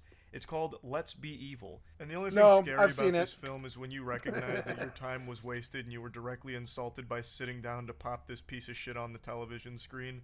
It's a movie about nothing, really. Like, when Squidward goes to that empty dimension to be all alone, there was more going on in that void than there was throughout the runtime of Let's Be Evil. Wait, no, I haven't seen Let's Be Evil, these no. smart kids are in a bunker and then they I'm decide thinking to kill of a their different one. babysitters. And that's, like, the scariness of it. But, like, that I barely guess Evil even Dead really happens in the film. It's actually just these tedious chores that you witness with some kids solving, like, fucking three-dimensional Rubik's Cubes. It's so lame. It is indescribable how bad this film is. Yeah, it's not fun bad or anything at all. It is actually one of the most miserable movies you can ever really watch.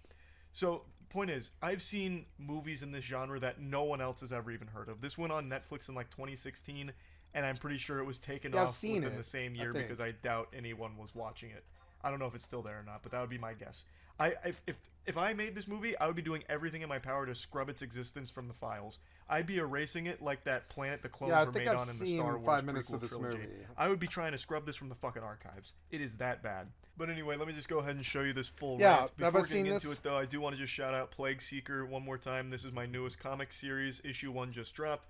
It is 80 beautiful pages of carnage, a wonderful story, and just the best art you'll ever see in your goddamn life. So Plague Seeker issue 1 is out right now. You can find it at badegg.co. I'll put a link to it in the description. Pick up a copy of this bad boy. Do it for me, huh? Yeah, how much? $100? $100? Brother, look at the what take? Let's go see how much Plague Seeker Volume 1 is, because you know what I want to do with it? I want it to arrive in a plastic package, and I want to enclose the plastic package in a plastic box. And I want to record me taking the plastic package and putting it in the box. And I'm going to put the camera, and I'm going to put the video on my fucking Google Drive. And then in 10 years, I'm going to turn around and try and sell it for $10,000. And I will tell you why I think this. I'm just going to maybe do it because I think it could be something, which is kind of funny. Not that I think it'll be popular, but that if he ever gets canceled, and it sucks that I'm so cynical, but it is like this. If they get canceled, anything they did becomes really fucking valuable. And so, yeah, I'm a shithead. I'm an asshole. I think, how can I personally fucking profit off this dude's work, right? And I'm not talking about the exposure of it or whatever. I'm talking about, like, I will buy the thing and I will not read it. I will just put it in the fucking box, you know, what's in the box, and I will just wait 10 years, and I'll remember that in my safe, I've got a safe, there is a Plague Seeker sitting in there, and if anything ever happens to Charlie, this might, the original digital one, the first one in mint condition, could be worth like 10 grand to somebody like the Comic Book Men, because I'm an avid Comic Book Men fan. Do you guys like comic book men? I like Comic Book Men. I've seen every Comic Book Men episode there is, like 5 or 6 times. Comic Book Men is such a fucking good show. And so I wonder what Plague Seeker might be worth to them in 10 years or even 20. Because it's, you know, you show up and you're like, yeah, it's a mint condition Plague Seeker, which is that dude, like Penguin Zero or fucking Charlie or whatever. And they're like, really? Yeah, it's a mint condition Plague Seeker issue 1. And they're like, how old is this? 20 years, something? And they're like, yeah, 12.5. You know, they're like 12.5 something, or they're like take it to Christie's and auction it. And I hate to say that, but I don't know how that's not flattering to him. How is that? I mean, it's not flattering to say that, oh, if he ever gets canceled, I don't want him to get canceled. I'm just saying if anything bad or even good happens, like if he becomes the best streamer on the planet, his work will be worth something. You know. Yeah, issue 0 is being sold by Bad Egg for $5. And yeah, and then and I only want the first and the second one for $10, and then in 10 years I'll be like, yo, what's this worth? And they're like, oh, Plague Seeker, yeah. Oh, I bet they say at least $50, you know, in 10 years they're gonna be like $50. So it seems to me like actually a fairly good investment, and I kind of do want to buy it. I want to buy issue 0. Which one did he show? Because to me, like, if you can get free money by just, like, I'm not a collector, but I think I wondered what I came looking for. Actually, was surprised to find, which is I expected him to gouge it up to like $100, but he did not do that. So I can order 2. Oh, it's a digital version. To access your digital copy, oh, it's digital. No, I don't want a digital copy. I want the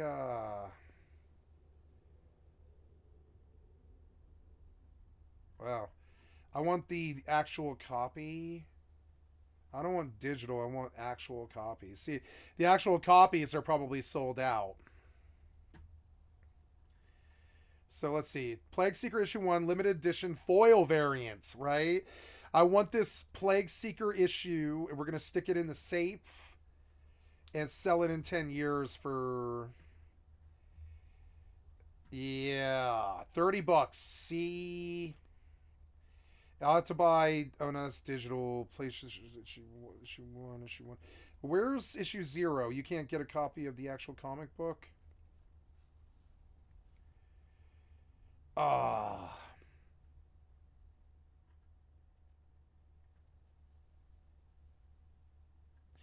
What I might do is I might open a new email called Plague Seeker issue number 0 at gmail.com or whatever, and I'll connect the digital copy of Plague Seeker issue 0 to it, and I'll wait 10 or 20 years. And I'll be like, yeah, along with this, you will also get an email that's only got one email on it. And in that email, and I'll give you a password, and in that password is the digital copy of Plague Seeker issue number 0, right? But I don't know why this wouldn't be for sale for a long time. It'll probably be for sale for a long time, maybe. So, but anyways, the artwork is not bad, but it, my thing is if I can get a foil variant,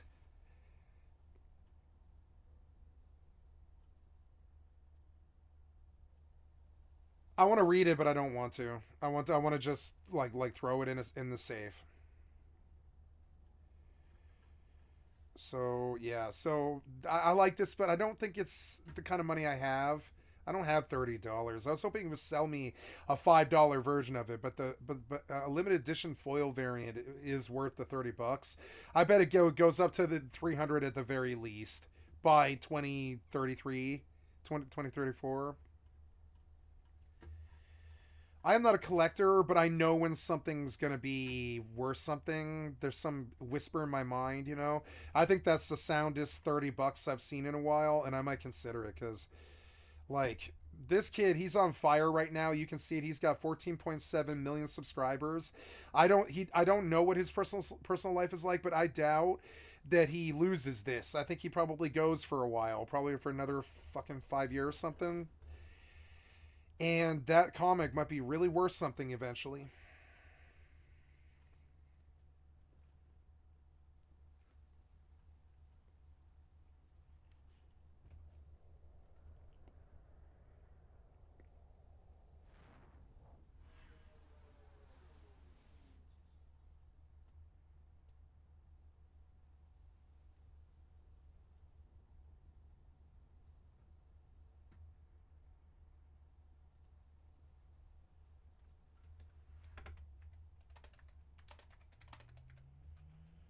Oops.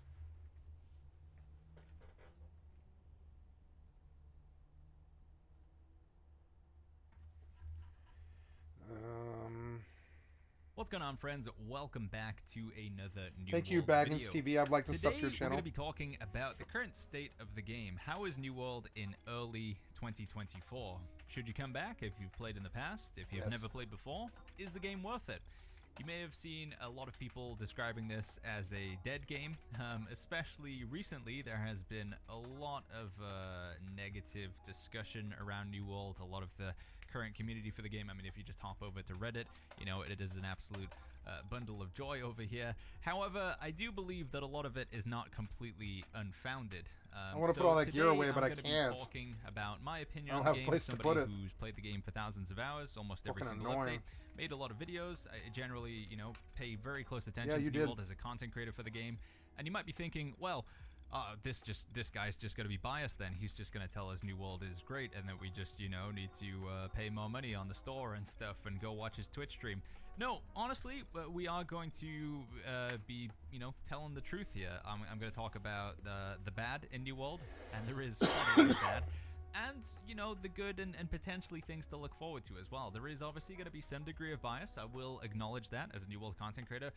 But generally, there are quite a lot of gripes and things that I want to say about New World. Maybe some of this might make its way in front of AGS. I think it's unlikely that it does.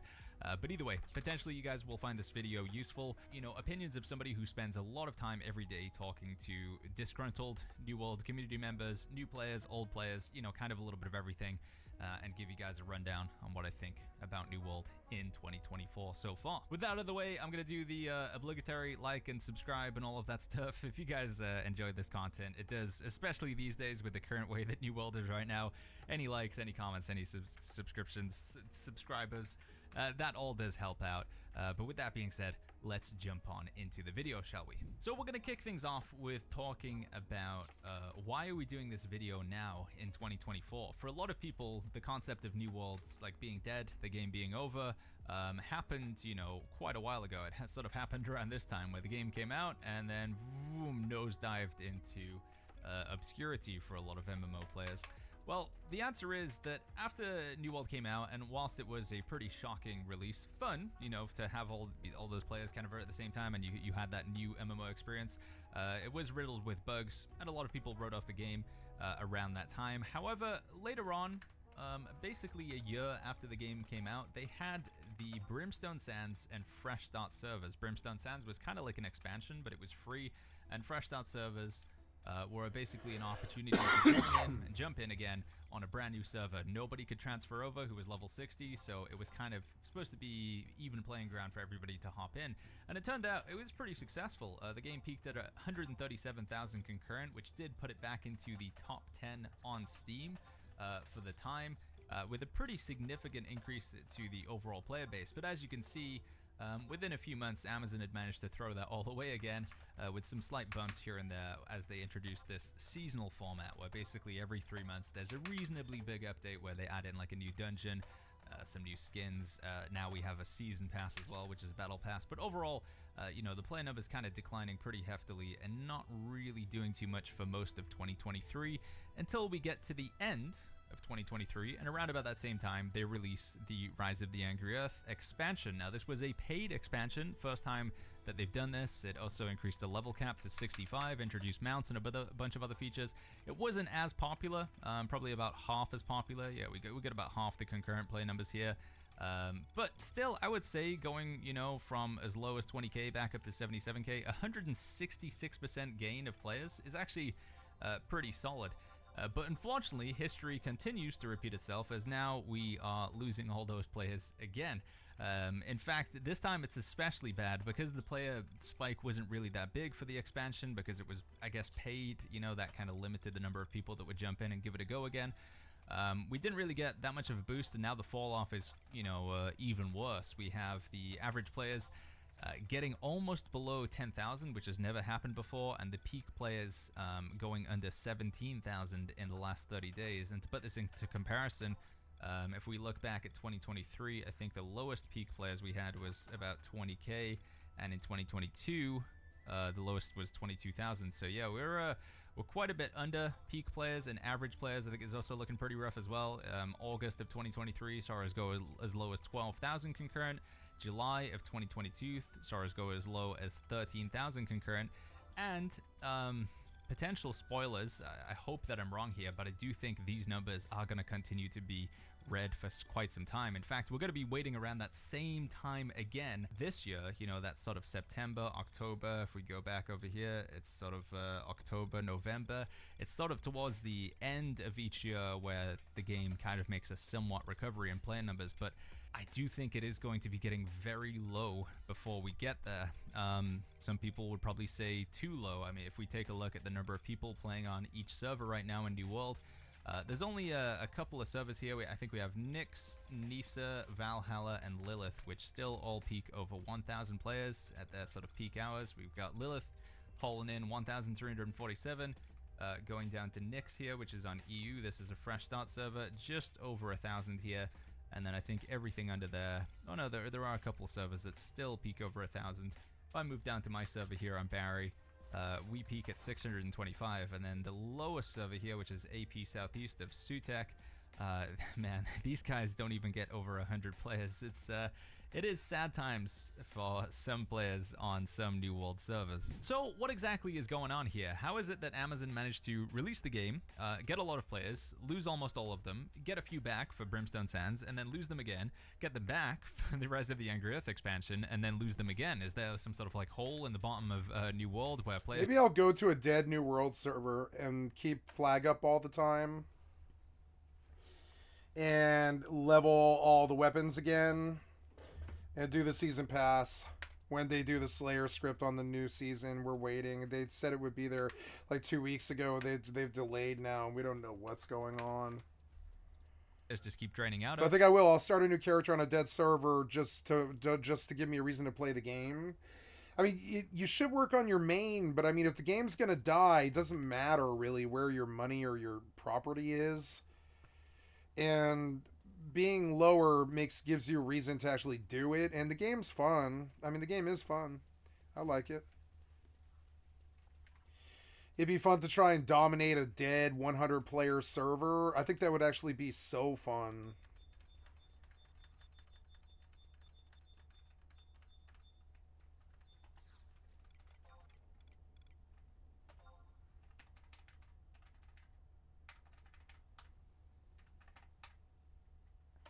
Because the gear, there's no gear on the auction house, so yeah.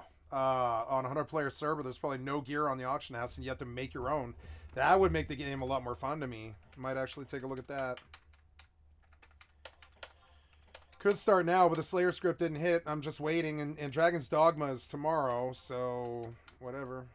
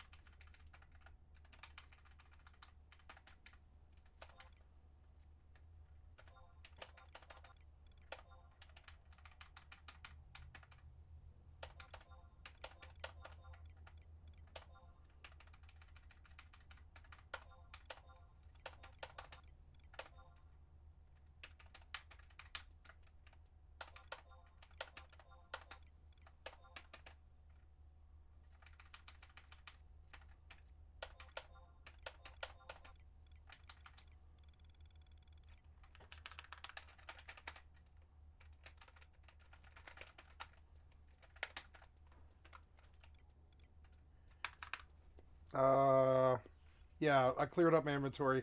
Going to Volbo, but if I die, it'll suck. And I have to be very careful about what I do. Like, technically, I should precast Sneak. I don't think I can, but I mean, maybe I can. I don't know. I'll try precast Sneak. Or no, nothing aggro's Sneak there. It's actually all vision, I think. And when I have enough, I'll,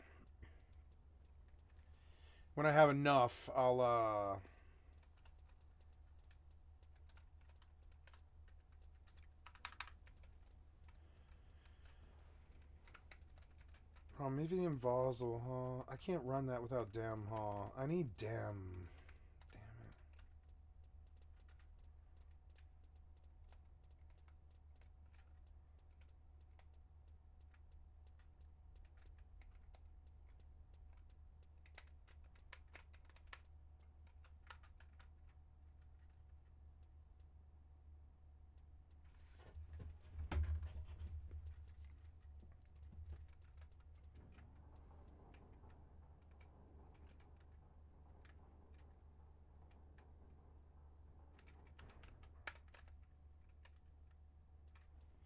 Go try Volbo, and I really don't want to die. I really don't want to die, and I feel like I'm going to. It's annoying.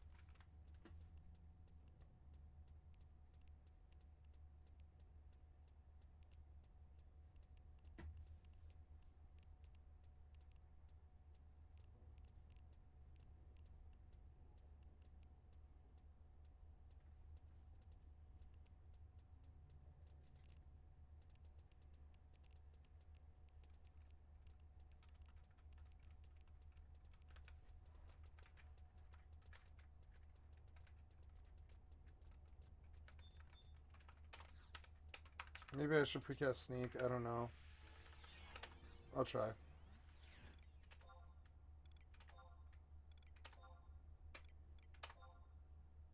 Wait.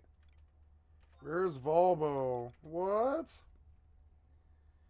Oh. No. I can walk, I suppose. I mean, I guess I'll have to. Why is Volbo not on this fucking list? What? I could go to the tree. The tree is a reasonable place for me, I suppose. It's like not the best per se. I need a coffer, which means hanging around Garreliage. Could go to Garreliage past the first door, I guess. I can't get home. Why is Volbo not on the list? Beastmen own it. So annoying. Yeah, so... I mean, the Kuzat's run is not the worst thing in the fucking world, I suppose.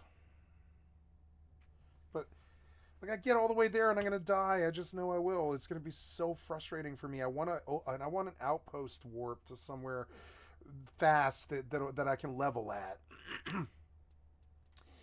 And I don't think any of this works. Kuzat's is probably the best bet, short of going back to Juno.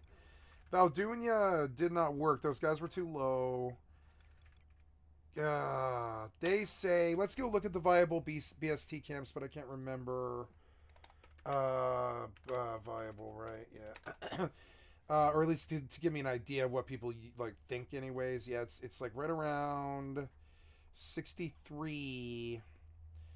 Upper is an option. That's fast. Yeah, it is fast. It's right out the outpost, up the S, and then elevator to the 9th. Up a floor, and I'm in, and I'm fighting things that are my level, yeah. And that's their suggestion, too. Which is that is a fast one. And for some reason, Volbo worked. I was right. It was the best one. It was the safe place to go to kill 62 stuff. Boy Tree, Afrits. I could Elshimo Lowlands and run to Afrits, but I don't really want to fight bombs. They'll self-destruct. Boy Tree... Ottawa might be good. Might be elementals and stuff. I don't know. I know there's elementals in Ottawa. I could haunt Ottawa Chasm.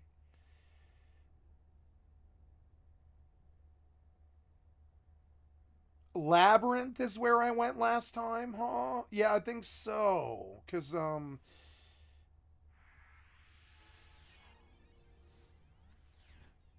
Soja for 66 to 68. But I'm I wish I could go to Soja with the Kraken Club, or with the Octave Club, I mean. If I want challenge, it's upper Delk. I think if I want easier, it's Boy Tree. Quicksand is acceptable. I like fighting Antiquans.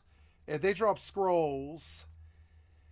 That's a viable place, yeah, but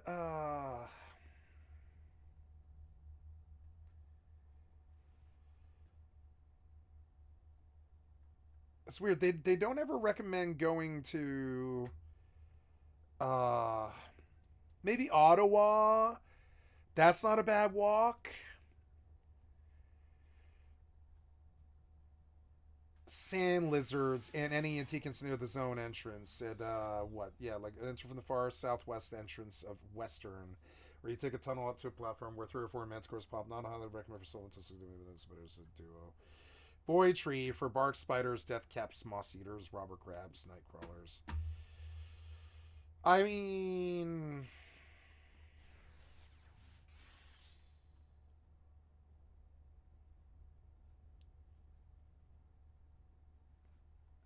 yeah, that robber crab place. I like that place. I like the Boy Tree, but the robber crabs don't drop any loot. None of this stuff does, except for the crawlers. Fayin is an option, but it's such a long fucking walk. Death caps. Mushrooms, death caps.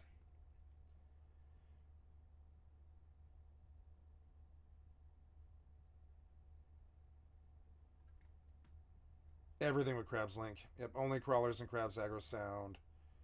At least we're moving camp. How's they just keep moving between rooms, fighting anything that costs T or higher.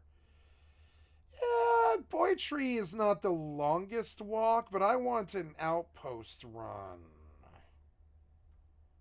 And I can't get one.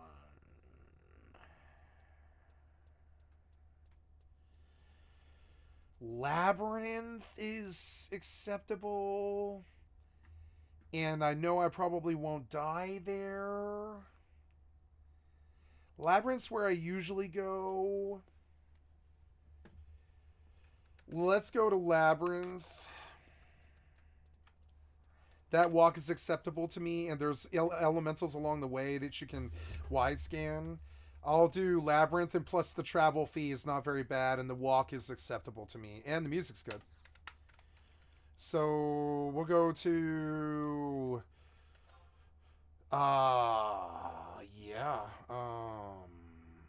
cool. Shushu 200 gil, not bad. Yeah, and I probably won't die, and I won't die. I could go to Ottawa, but I mean, I don't know. I could go to Ottawa. I never go to Ottawa.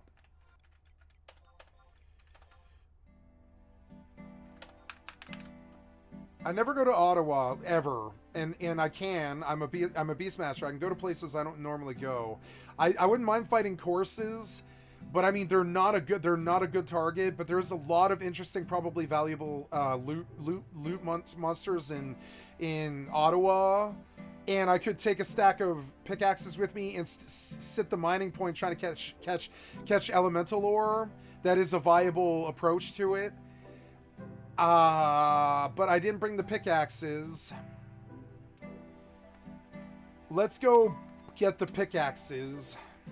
Damn it, I'm gonna have to go through the fucking metalworks again. I hate Comrade. I hate him. Fucking so annoying. It like affects my gameplay. It's so goddamn inept. Whatever. Yeah, all this stuff, it pays. Everything here.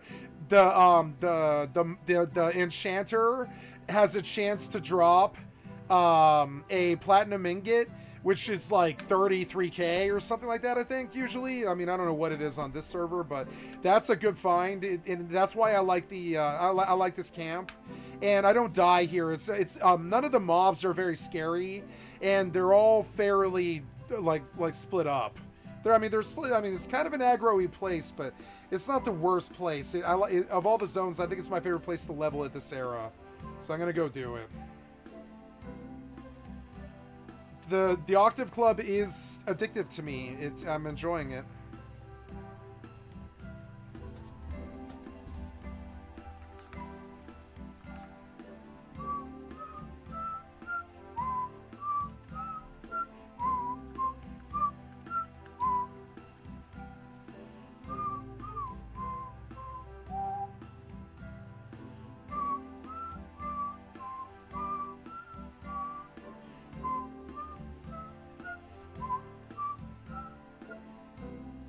I can fly a Thrasher fleet pretty good.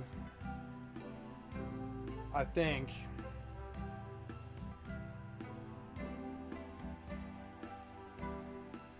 Yeah, I'm Mastery 2. I mean, I can fly it. I don't think so. It's a nice price, but it's a ripoff. Really bad ripoff. You just go buy the ship.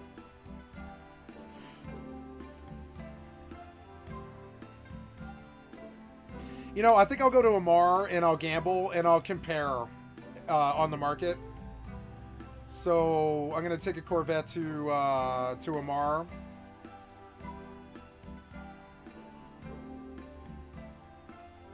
My boosters are good for another. Oops.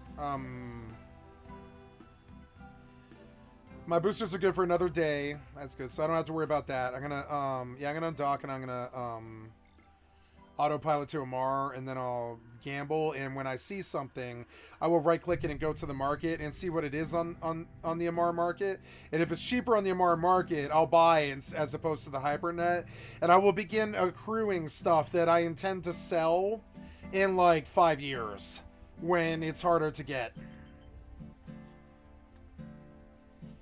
And it's weird to play it like that long-term thing, but I am. I've got a hoard. We're 30 billion in JITA.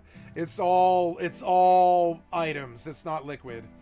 And I didn't get that by like not buying things. I just kept buying things. I kept gambling. I kept, buying things that I thought I might need. And every time I needed something, I just bought like 20 of it if I could afford it. And I've got quite a collection of fittings and stuff. And I think in 5 or 10 years, it'll be worth like 50 billion. And I think I would like to live as a tycoon in the game until it's true in the real world somehow. And I believe there's some kind of path to tycoonhood here. I look for opportunities in real life because I have a family to support, but I'm on disability. I can't be working. So, and that's okay. I want the fixed income. I need it. I need to be able to do my job and still get by. Approaching Stargate.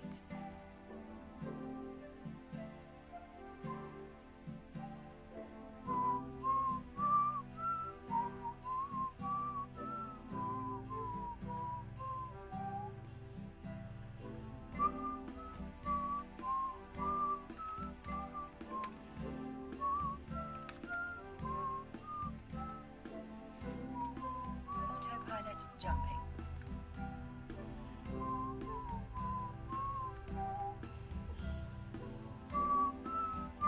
They pump out some of the worst movies because it. Into Stargate. Warp drive active.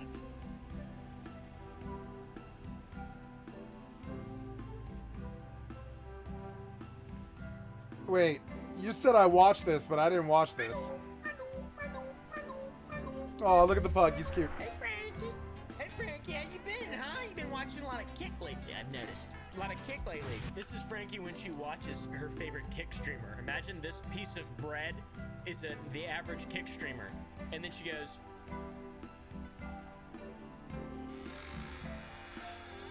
One, 2, 3...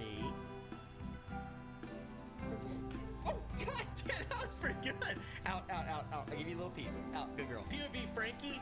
Frankie just finished watching her favorite Kick streamer, Jack Doherty, and I told her, hey, Frankie, instead of watching Jack Doherty, who's a living, breathing human piece of garbage, maybe you should go outside. Yeah, Jack Doherty films. I really don't like him. Jack's films. Yep. Live your life and try to find that chicken that's been eating all the feed from the feeders. That wild chicken out there. Gallo de Cielo? That's right, Dougio. DePero, outright, you little bastard. Disculpe, average viewer. Seems like Jack Doherty's a good guy now, and I'm gonna prove it. All right, guys, I'm gonna prove it in this video today. I've made a lot of videos just talking, quite literally just talking shit. It's kind of what I do on my channel. I talk a bit of shit. I did worse.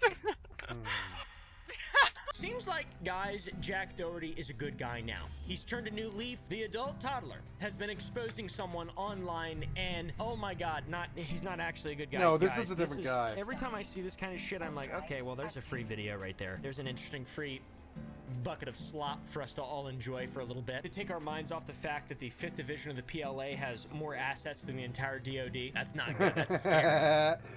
A lot scarier than Jack Doherty. This guy's apparently exposing someone who used to work for him, which is an interesting thing to do. Usually it's the other way around. The people who work for, like, eventually I'm going to have so many employees try to expose me. I have a bunch of people that work for me, and they're all, I mean, quite literally, I love them all. They're all, I would consider them all friends, but it's inevitable. I think someone's going to eventually try to expose me unless I do what Jack Doherty does, and I just start exposing the people that work for me right now. For example, Tara. Remember Tara? Yeah, I wonder what she's been up to.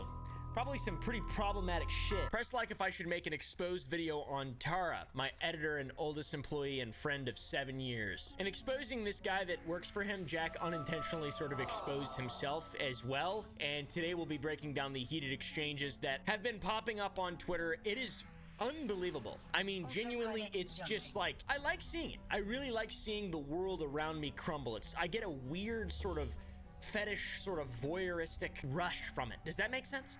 Does that make sense? I'm a freak motherfucker. So today we're gonna find out which one of these people is the hero, truly, in this story, and we're gonna find out which one is more of a pathetic loser.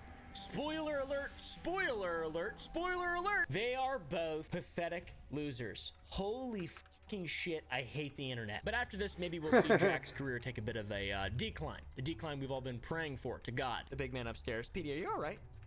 She seems concussed. I became aware of this situation from scrolling, you guessed it, Twitter. My favorite website in the entire fucking world. It was Jack tweeting about his former friend or employee, Matt Your Gonzalez, skill has increased. Who was trying to expose him after he was trying to expose him for a year, and then Jack's trying to re-expose him or expose him or something. It's hard to really know what exactly is going on here. And I'm wearing a blue flannel, and it's springtime in Texas, and the bluebonnets are beautiful, and everyone. Oh no, I've never is seen this so guy. Just happy, I've noticed lately. It's weird. This fucker Matthew has millions of followers on TikTok as well. He has a bunch of cringe shit, as you probably could imagine. I was literally hitting the gwitty. Then eventually, my drink was ready for pickup. Thank you. He's one of these guys. He's one of the, one of these guys. Oh yeah, hey, what if we made a video where we go to Dunkin' to order whatever the last person ordered, or we drive with the Apple skill Vision has Pro? increased. What fucking idiot would do that? Also, I have an Apple Vision Pro, and I don't like it. I want to return it, but at the same time, I feel like I should sit with my. I should be in timeout. I should sit Your with my skill has sin increased. for as long as possible to be able to understand the gravity of it, etc. Redemption, that sort of thing. So I might just give it to somebody. I don't know. What do you guys think I should do with my Apple Vision Pro? Maybe I should shoot it for a video, blow it up for a video or something like that. But it's usable. It's usable tech, so I really don't know. I'm a tangent. I'm a bit of a tangent guy. Matthew also has 1 million subs on YouTube, all from shorts, and he has very similar long-form views as Jackie. Okay, abysmal relative to subscriber count. If you get 2.8 thousand views on a long-form video and you have 1 million subscribers, nobody cares about you. That's pretty much the end. Buying a Tesla on Elon's birthday. That's awesome. That's really good clickbait. It doesn't even look like Elon Musk. That's a thumbnail that I would do though. I love doing that. Just adding people into shit. Frankie. Oh, there you are. Sorry. This guy loves to type in his bios that he's worked with Mr. Beast and Jake Paul. And also, the reason we're talking about him today, he's worked with Jack Doherty. So, epic content creator, it's all great stuff, etc. It's pretty fucking cool. It's strange that a man with these accolades only has 3,000 followers on Twitter, though. It's like I don't know. You can just get a following on TikTok or with shorts so easily. It's weird. It's mind-boggling to me. It's hard getting the long-form stuff. It's hard getting the rabid audience that we have, me and you. All right, guys? Me and you, what we have right here. All right? Well, what we have, me and you. Me and you, the only person watching. First time I ever heard of Matt, through one of Jack Doherty's tweets, which is incredibly embarrassing. I do follow Jack on Twitter, though, and like I've mentioned many times before, I really like ratioing him. I like giving him a good, solid ratio. It's one of my favorite pastimes, and it's something that I really, really, really enjoy doing. It's very easy, though. It's low-hanging fruit, but it's fun. It's fun. He likes to say that I live rent-free in his head because I'm a hater, and honestly, I don't think he doesn't really make me mad, per se. It's just like, I don't know, if there's like a little ball in a tree, or you know how when you walk through a doorway, sometimes you want to slap the top of it? That's what I do on Twitter, but with replying to Jack Doherty's tweets. That's how it is for me. It's not really living rent-free. I don't like dwell on that. It's just something I do when I get the chance, because it's really easy and fun, and it, makes me look cool. Jack's full tweet alleges that this fella Matt assaulted a girl named Sammy, but Jack and his crew didn't believe her because Matt was their friend. And in addition to that, they didn't want to believe it because they didn't think he would do something like that, obviously, as their friend. My ex-employee Matt spent the last year of his life trying to expose me for online clout. I'm done ignoring it. The first girl he actually assaulted was a girl named Sammy at my work out in LA, and nobody wanted to believe her because we all thought Matt, our resident and I, would never do something like that. But after I hired him a year later and he lived with me, the same thing and work and happened over and over, and I have multiple other girls ready to come forward about it. And one of those girls is my current girlfriend. Essay is not something to be joked about, but having Jack Doherty as the hero of the story is really interesting, not the perpetrator or something. He goes on to say that he hired Matt a year later and this behavior continued and worse, and even while Matt lived with Jack. Jack says that this happened over and over again and he has multiple women ready to come forward about it, which is absolutely bonkers if that's true. And one of the women that was wronged by Matt, that's a very light way to put it, allegedly, was Jack's current girlfriend, a person named McKinley Richardson, the same girlfriend he flipped a golf cart on. Pretty fun bro moment. I ain't never met a Jack Doherty fan. You know who I really like, guys? Not Jack Doherty. You know, if I had to watch a toddler for a while, I would feel that maybe that's why I don't like him, because I feel like he's just he's a toddler acting out. He's built like a toddler. It's weird. It doesn't really make a lot of sense to me how you can be built like that. When will he hit puberty? Jack says that the horrible things between Matt and his girlfriend McKinley happened at his house and resulted. Yeah, this isn't as entertaining as I thought it was going to be. Some players on some New World servers. So what exactly is going on here? How is it that Amazon managed to release the game, get a lot of players, lose almost all of them, get a few back for Brimstone Sands, and then lose them again, get them back for the Rise of the Angry Earth expansion, and then lose them again? Is there some sort of like hole in the bottom of New World where players just keep draining out of? The answer is yes. It is called the end game, and it's basically non-existent. This can be demonstrated through Reddit, actually. If we take a look at Reddit here, we have several posts that I see on Reddit from time to time where it's new players coming in, and they say that they're enjoying the game, they've played other MMOs, they're playing New World, and they find it to be pretty fun, but they hear a lot of negative things about the game. Now, I've seen quite a few of these posts, and the negative that we're referring to is this is a new player here, and then we go to the other side where we have a veteran player, and they're saying, you know, it's time for us to admit that New World is going to be shut down, basically. So, you know, this is the polarity of New World. Recently, over the past sort of couple years, Amazon have been making a lot of concentrated effort to revise and you know, improve the leveling experience in New World. They've been adding lots of quality of life. They've been making the game smoother and easier to play, reducing bloat, making itemization easier, making getting to max gear score easier. The way I kind of like to talk about it as a metaphor is, imagine that you go to a hotel. You're going to stay a night or you're going to stay a week in a hotel, and the lobby, the entrance to the hotel it's nice, it's clean, it's shiny. The reception is good. You know the service is immaculate, like they're there straight away. They take your bags, you get into the elevator to the lift, and you go up to your room. That's all pretty smooth as well. And then you open your door into your room, and it's a little dank, dark box of depression. It smells of wee. There's no light switch, you know, it's just devoid of any love, and that is kind of New World's end game.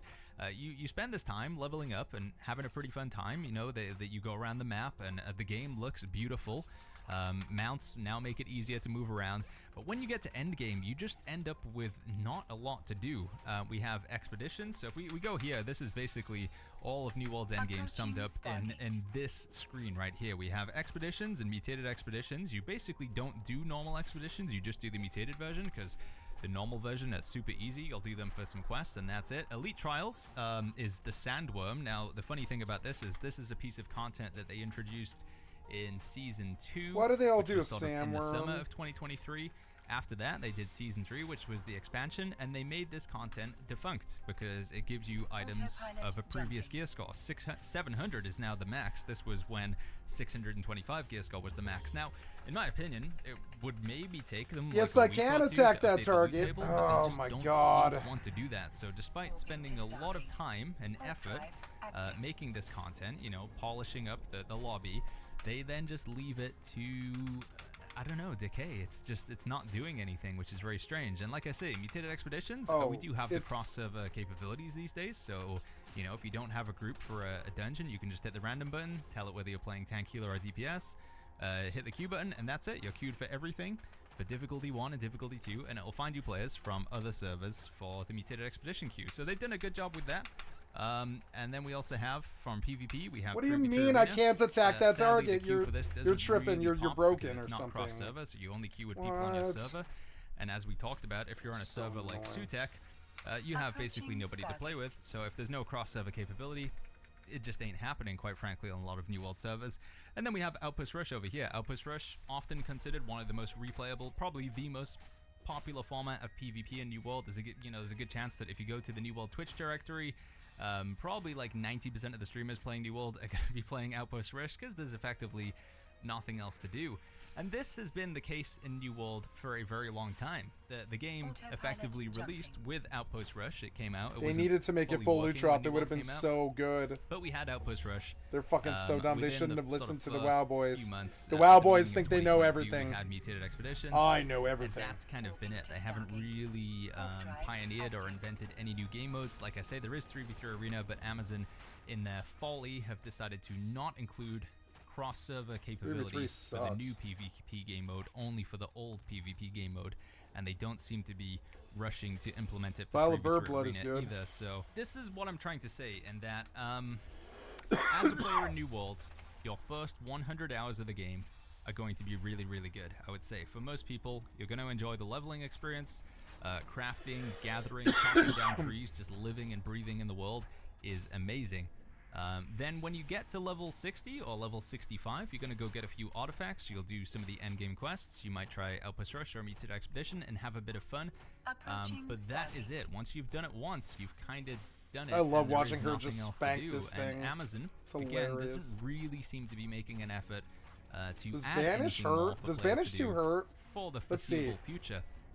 And this is the problem that New World has. I mean, it kind of did hurt. It did. Because they are new and returning players, and they enjoy 47 points, huh? 47 points of damage. That's actually not that bad. And sadly, but it's kind of a waste of mana. To have this issue for a long, long time until Amazon do actually address the lack of endgame. And to that, I would say, Amazon, if you do happen to watch this video, first of all, the Sandworm. Remember, you spent like hundreds of hours developing this boss fight. It's pretty cool. Maybe just get a guy to go in and update the loot table. Just maybe. Yeah, that's a crazy thought. The same with your Soul Trials as well. Amazon spend a lot of developer hours on these sort of single player, one-time disposable boss battles. They're actually really cool. I might be able to flash some footage on the screen of them here. There's a boss battle that you do in the main storyline. In fact, there's several that you do in the main storyline, which are really cool. Unique mechanics. There's cutscenes, there's voice acting. What you could do is just scale these up to level 65 and have them be replayable instances. I'm sure it's going to involve a little bit of technical work, but at the same time, I think rather than needing to design brand new boss fights, you could just take some of the existing content in the game, which is fairly well developed. It's from the main storyline, aka the best part of the game, and just copy that over into endgame. I think copy pasting some old content as opposed to just having no content, in my opinion, that's a little bit of a free dub, you know, an easy win to go for there. Now, with that assessment of New World's current state, I want them to do something to Brimstone and turn it into this place that we all just keep going through over and over again, because Brimstone was good enough to well, it wasn't good enough, but it was like the best thing they did. And docking permission requested. Docking permission requested. Docking request accepted.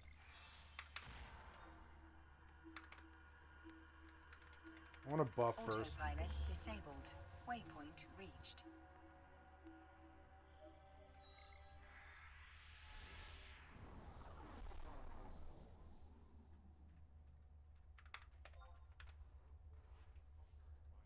Of the game, because that's kind of what matters the most, right? Where is this game going from now? You know, if we look 2 years in the future, does New World have a lot of players? Is New World even still around anymore? Is it going to be getting shut down like Reddit seems to suggest? Well, in order to talk about the future of New World, I briefly want to talk about the past. New World never really was intended to be an MMO from the get-go. In fact, it was more of a crafting survival sandbox game in its alpha state. You can see a little bit of footage here on the screen. Basically, you would land on a turnum, and with your friends, you could put together a company, go and build a base somewhere, and then attack other people, steal their resources, and just try and get a bigger base. So yeah, very Rust in its inception. But I guess Amazon at some point made a decision that that game wouldn't sell or wouldn't do too well, so instead they pivoted and made an MMORPG. But without really having any of the fundamentals or foundations for an MMORPG in the game other than, you know, just the combat and the overall audio-visual. There was no NPCs, there was no dungeons, there was no instance game modes or anything like that. On top of that, New World was also being built on a sort of brand new game engine. It was a heavily modified version of the Cry engine called Lumberyard, which has now been modified even more so into the Azoth engine. And to my understanding, working with this game engine is not easy. I've heard on sort of non-official accounts that Your skill has increased. the Azoth engine is a bit of a pain in the butt to work with. Not many devs do enjoy working with it, and to that extent, I think they have been making these strides, as you can see here, to kind of improve and modify and tweak and just generally make the game engine easier to work with. So one endeavor that Amazon's making currently is to basically change the way the combat code works in the game. So the way the game is coded as it pertains to the combat system and the animation system is being updated into C++. Now again, I'm not super knowledgeable when it comes to programming just in general, so you can correct me if I'm wrong. I'll link this in the description down below if you want to take a read through. You know, that there is some degree of technical know-how in order to understand what's going on here.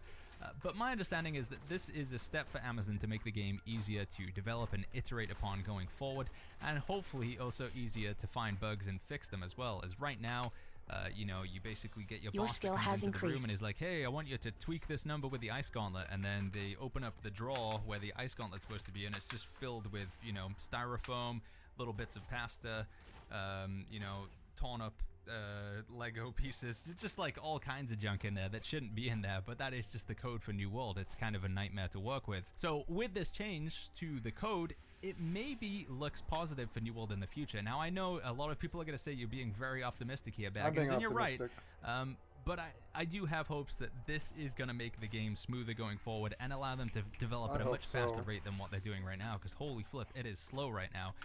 To Your add skill to has increased. that emphasis or argument on the game being slow, sadly we are seeing another delay with Season 5. Now I think the delay, Season 5, Your skill by the has way, increased. we talked about it briefly. Seasons in New World are basically just big updates. Every 3 months they do a reasonably big update. We get a Season Pass, which is a battle pass that you can buy, and then there's usually like 1 or 2 sort of pieces of big content and a bunch of other bug fixes and quality of life along the way. So with Season 4, we got a new dungeon called the Winter Rune Forge, and they added in, you know, a sort of storyline that you could do one time with Season 4, and we got a bunch of new artifacts, which are like, you know, kind of special legendary weapons as well that came along. But anyway, Season 5 was slated to be on the 12th of March, which at time of recording, this would have been tomorrow. However, it's been delayed, and they haven't even given a date as when it's delayed to. Now, most likely the delay is because of their sort of reworked combat that they're doing, so they talk about artifacts here, but I think this is, you know, changing the code is a pretty big deal, and it is going to cause probably issues in the get-go. But in the long run, this could be pretty positive for New World. Another positive indicator for the future of New World, or negative depending on how you look at it, is the release of the game onto console. Now, to be fair and to be clear, Amazon have never outwardly stated, they've never said like, hey, we're releasing the game onto Xbox and PlayStation on this date, but there is a lot of evidence to suggest that this is what they are gearing up for. Case in point right now, we have an article which was released at the end of February talking about controller support. So this is a feature that's coming in Season 5 as well, and it's actually pretty extensive. Having played with New World on a controller on the test server, they have clearly put quite a bit of work into making the controller work with New World. You know, they've got aim assist, target friction, target lock, which is a little bit worrying. It does only work in PvE right now. They've created new UI and UX, so as I say, there has been a lot of effort put into this, and they're continuing to add more to it in the future as well, in terms of giving you more layouts to use with button presses and allowing you to create your own sort of controller layout as well. Now, I've got to imagine that Amazon isn't doing this because they think it's what the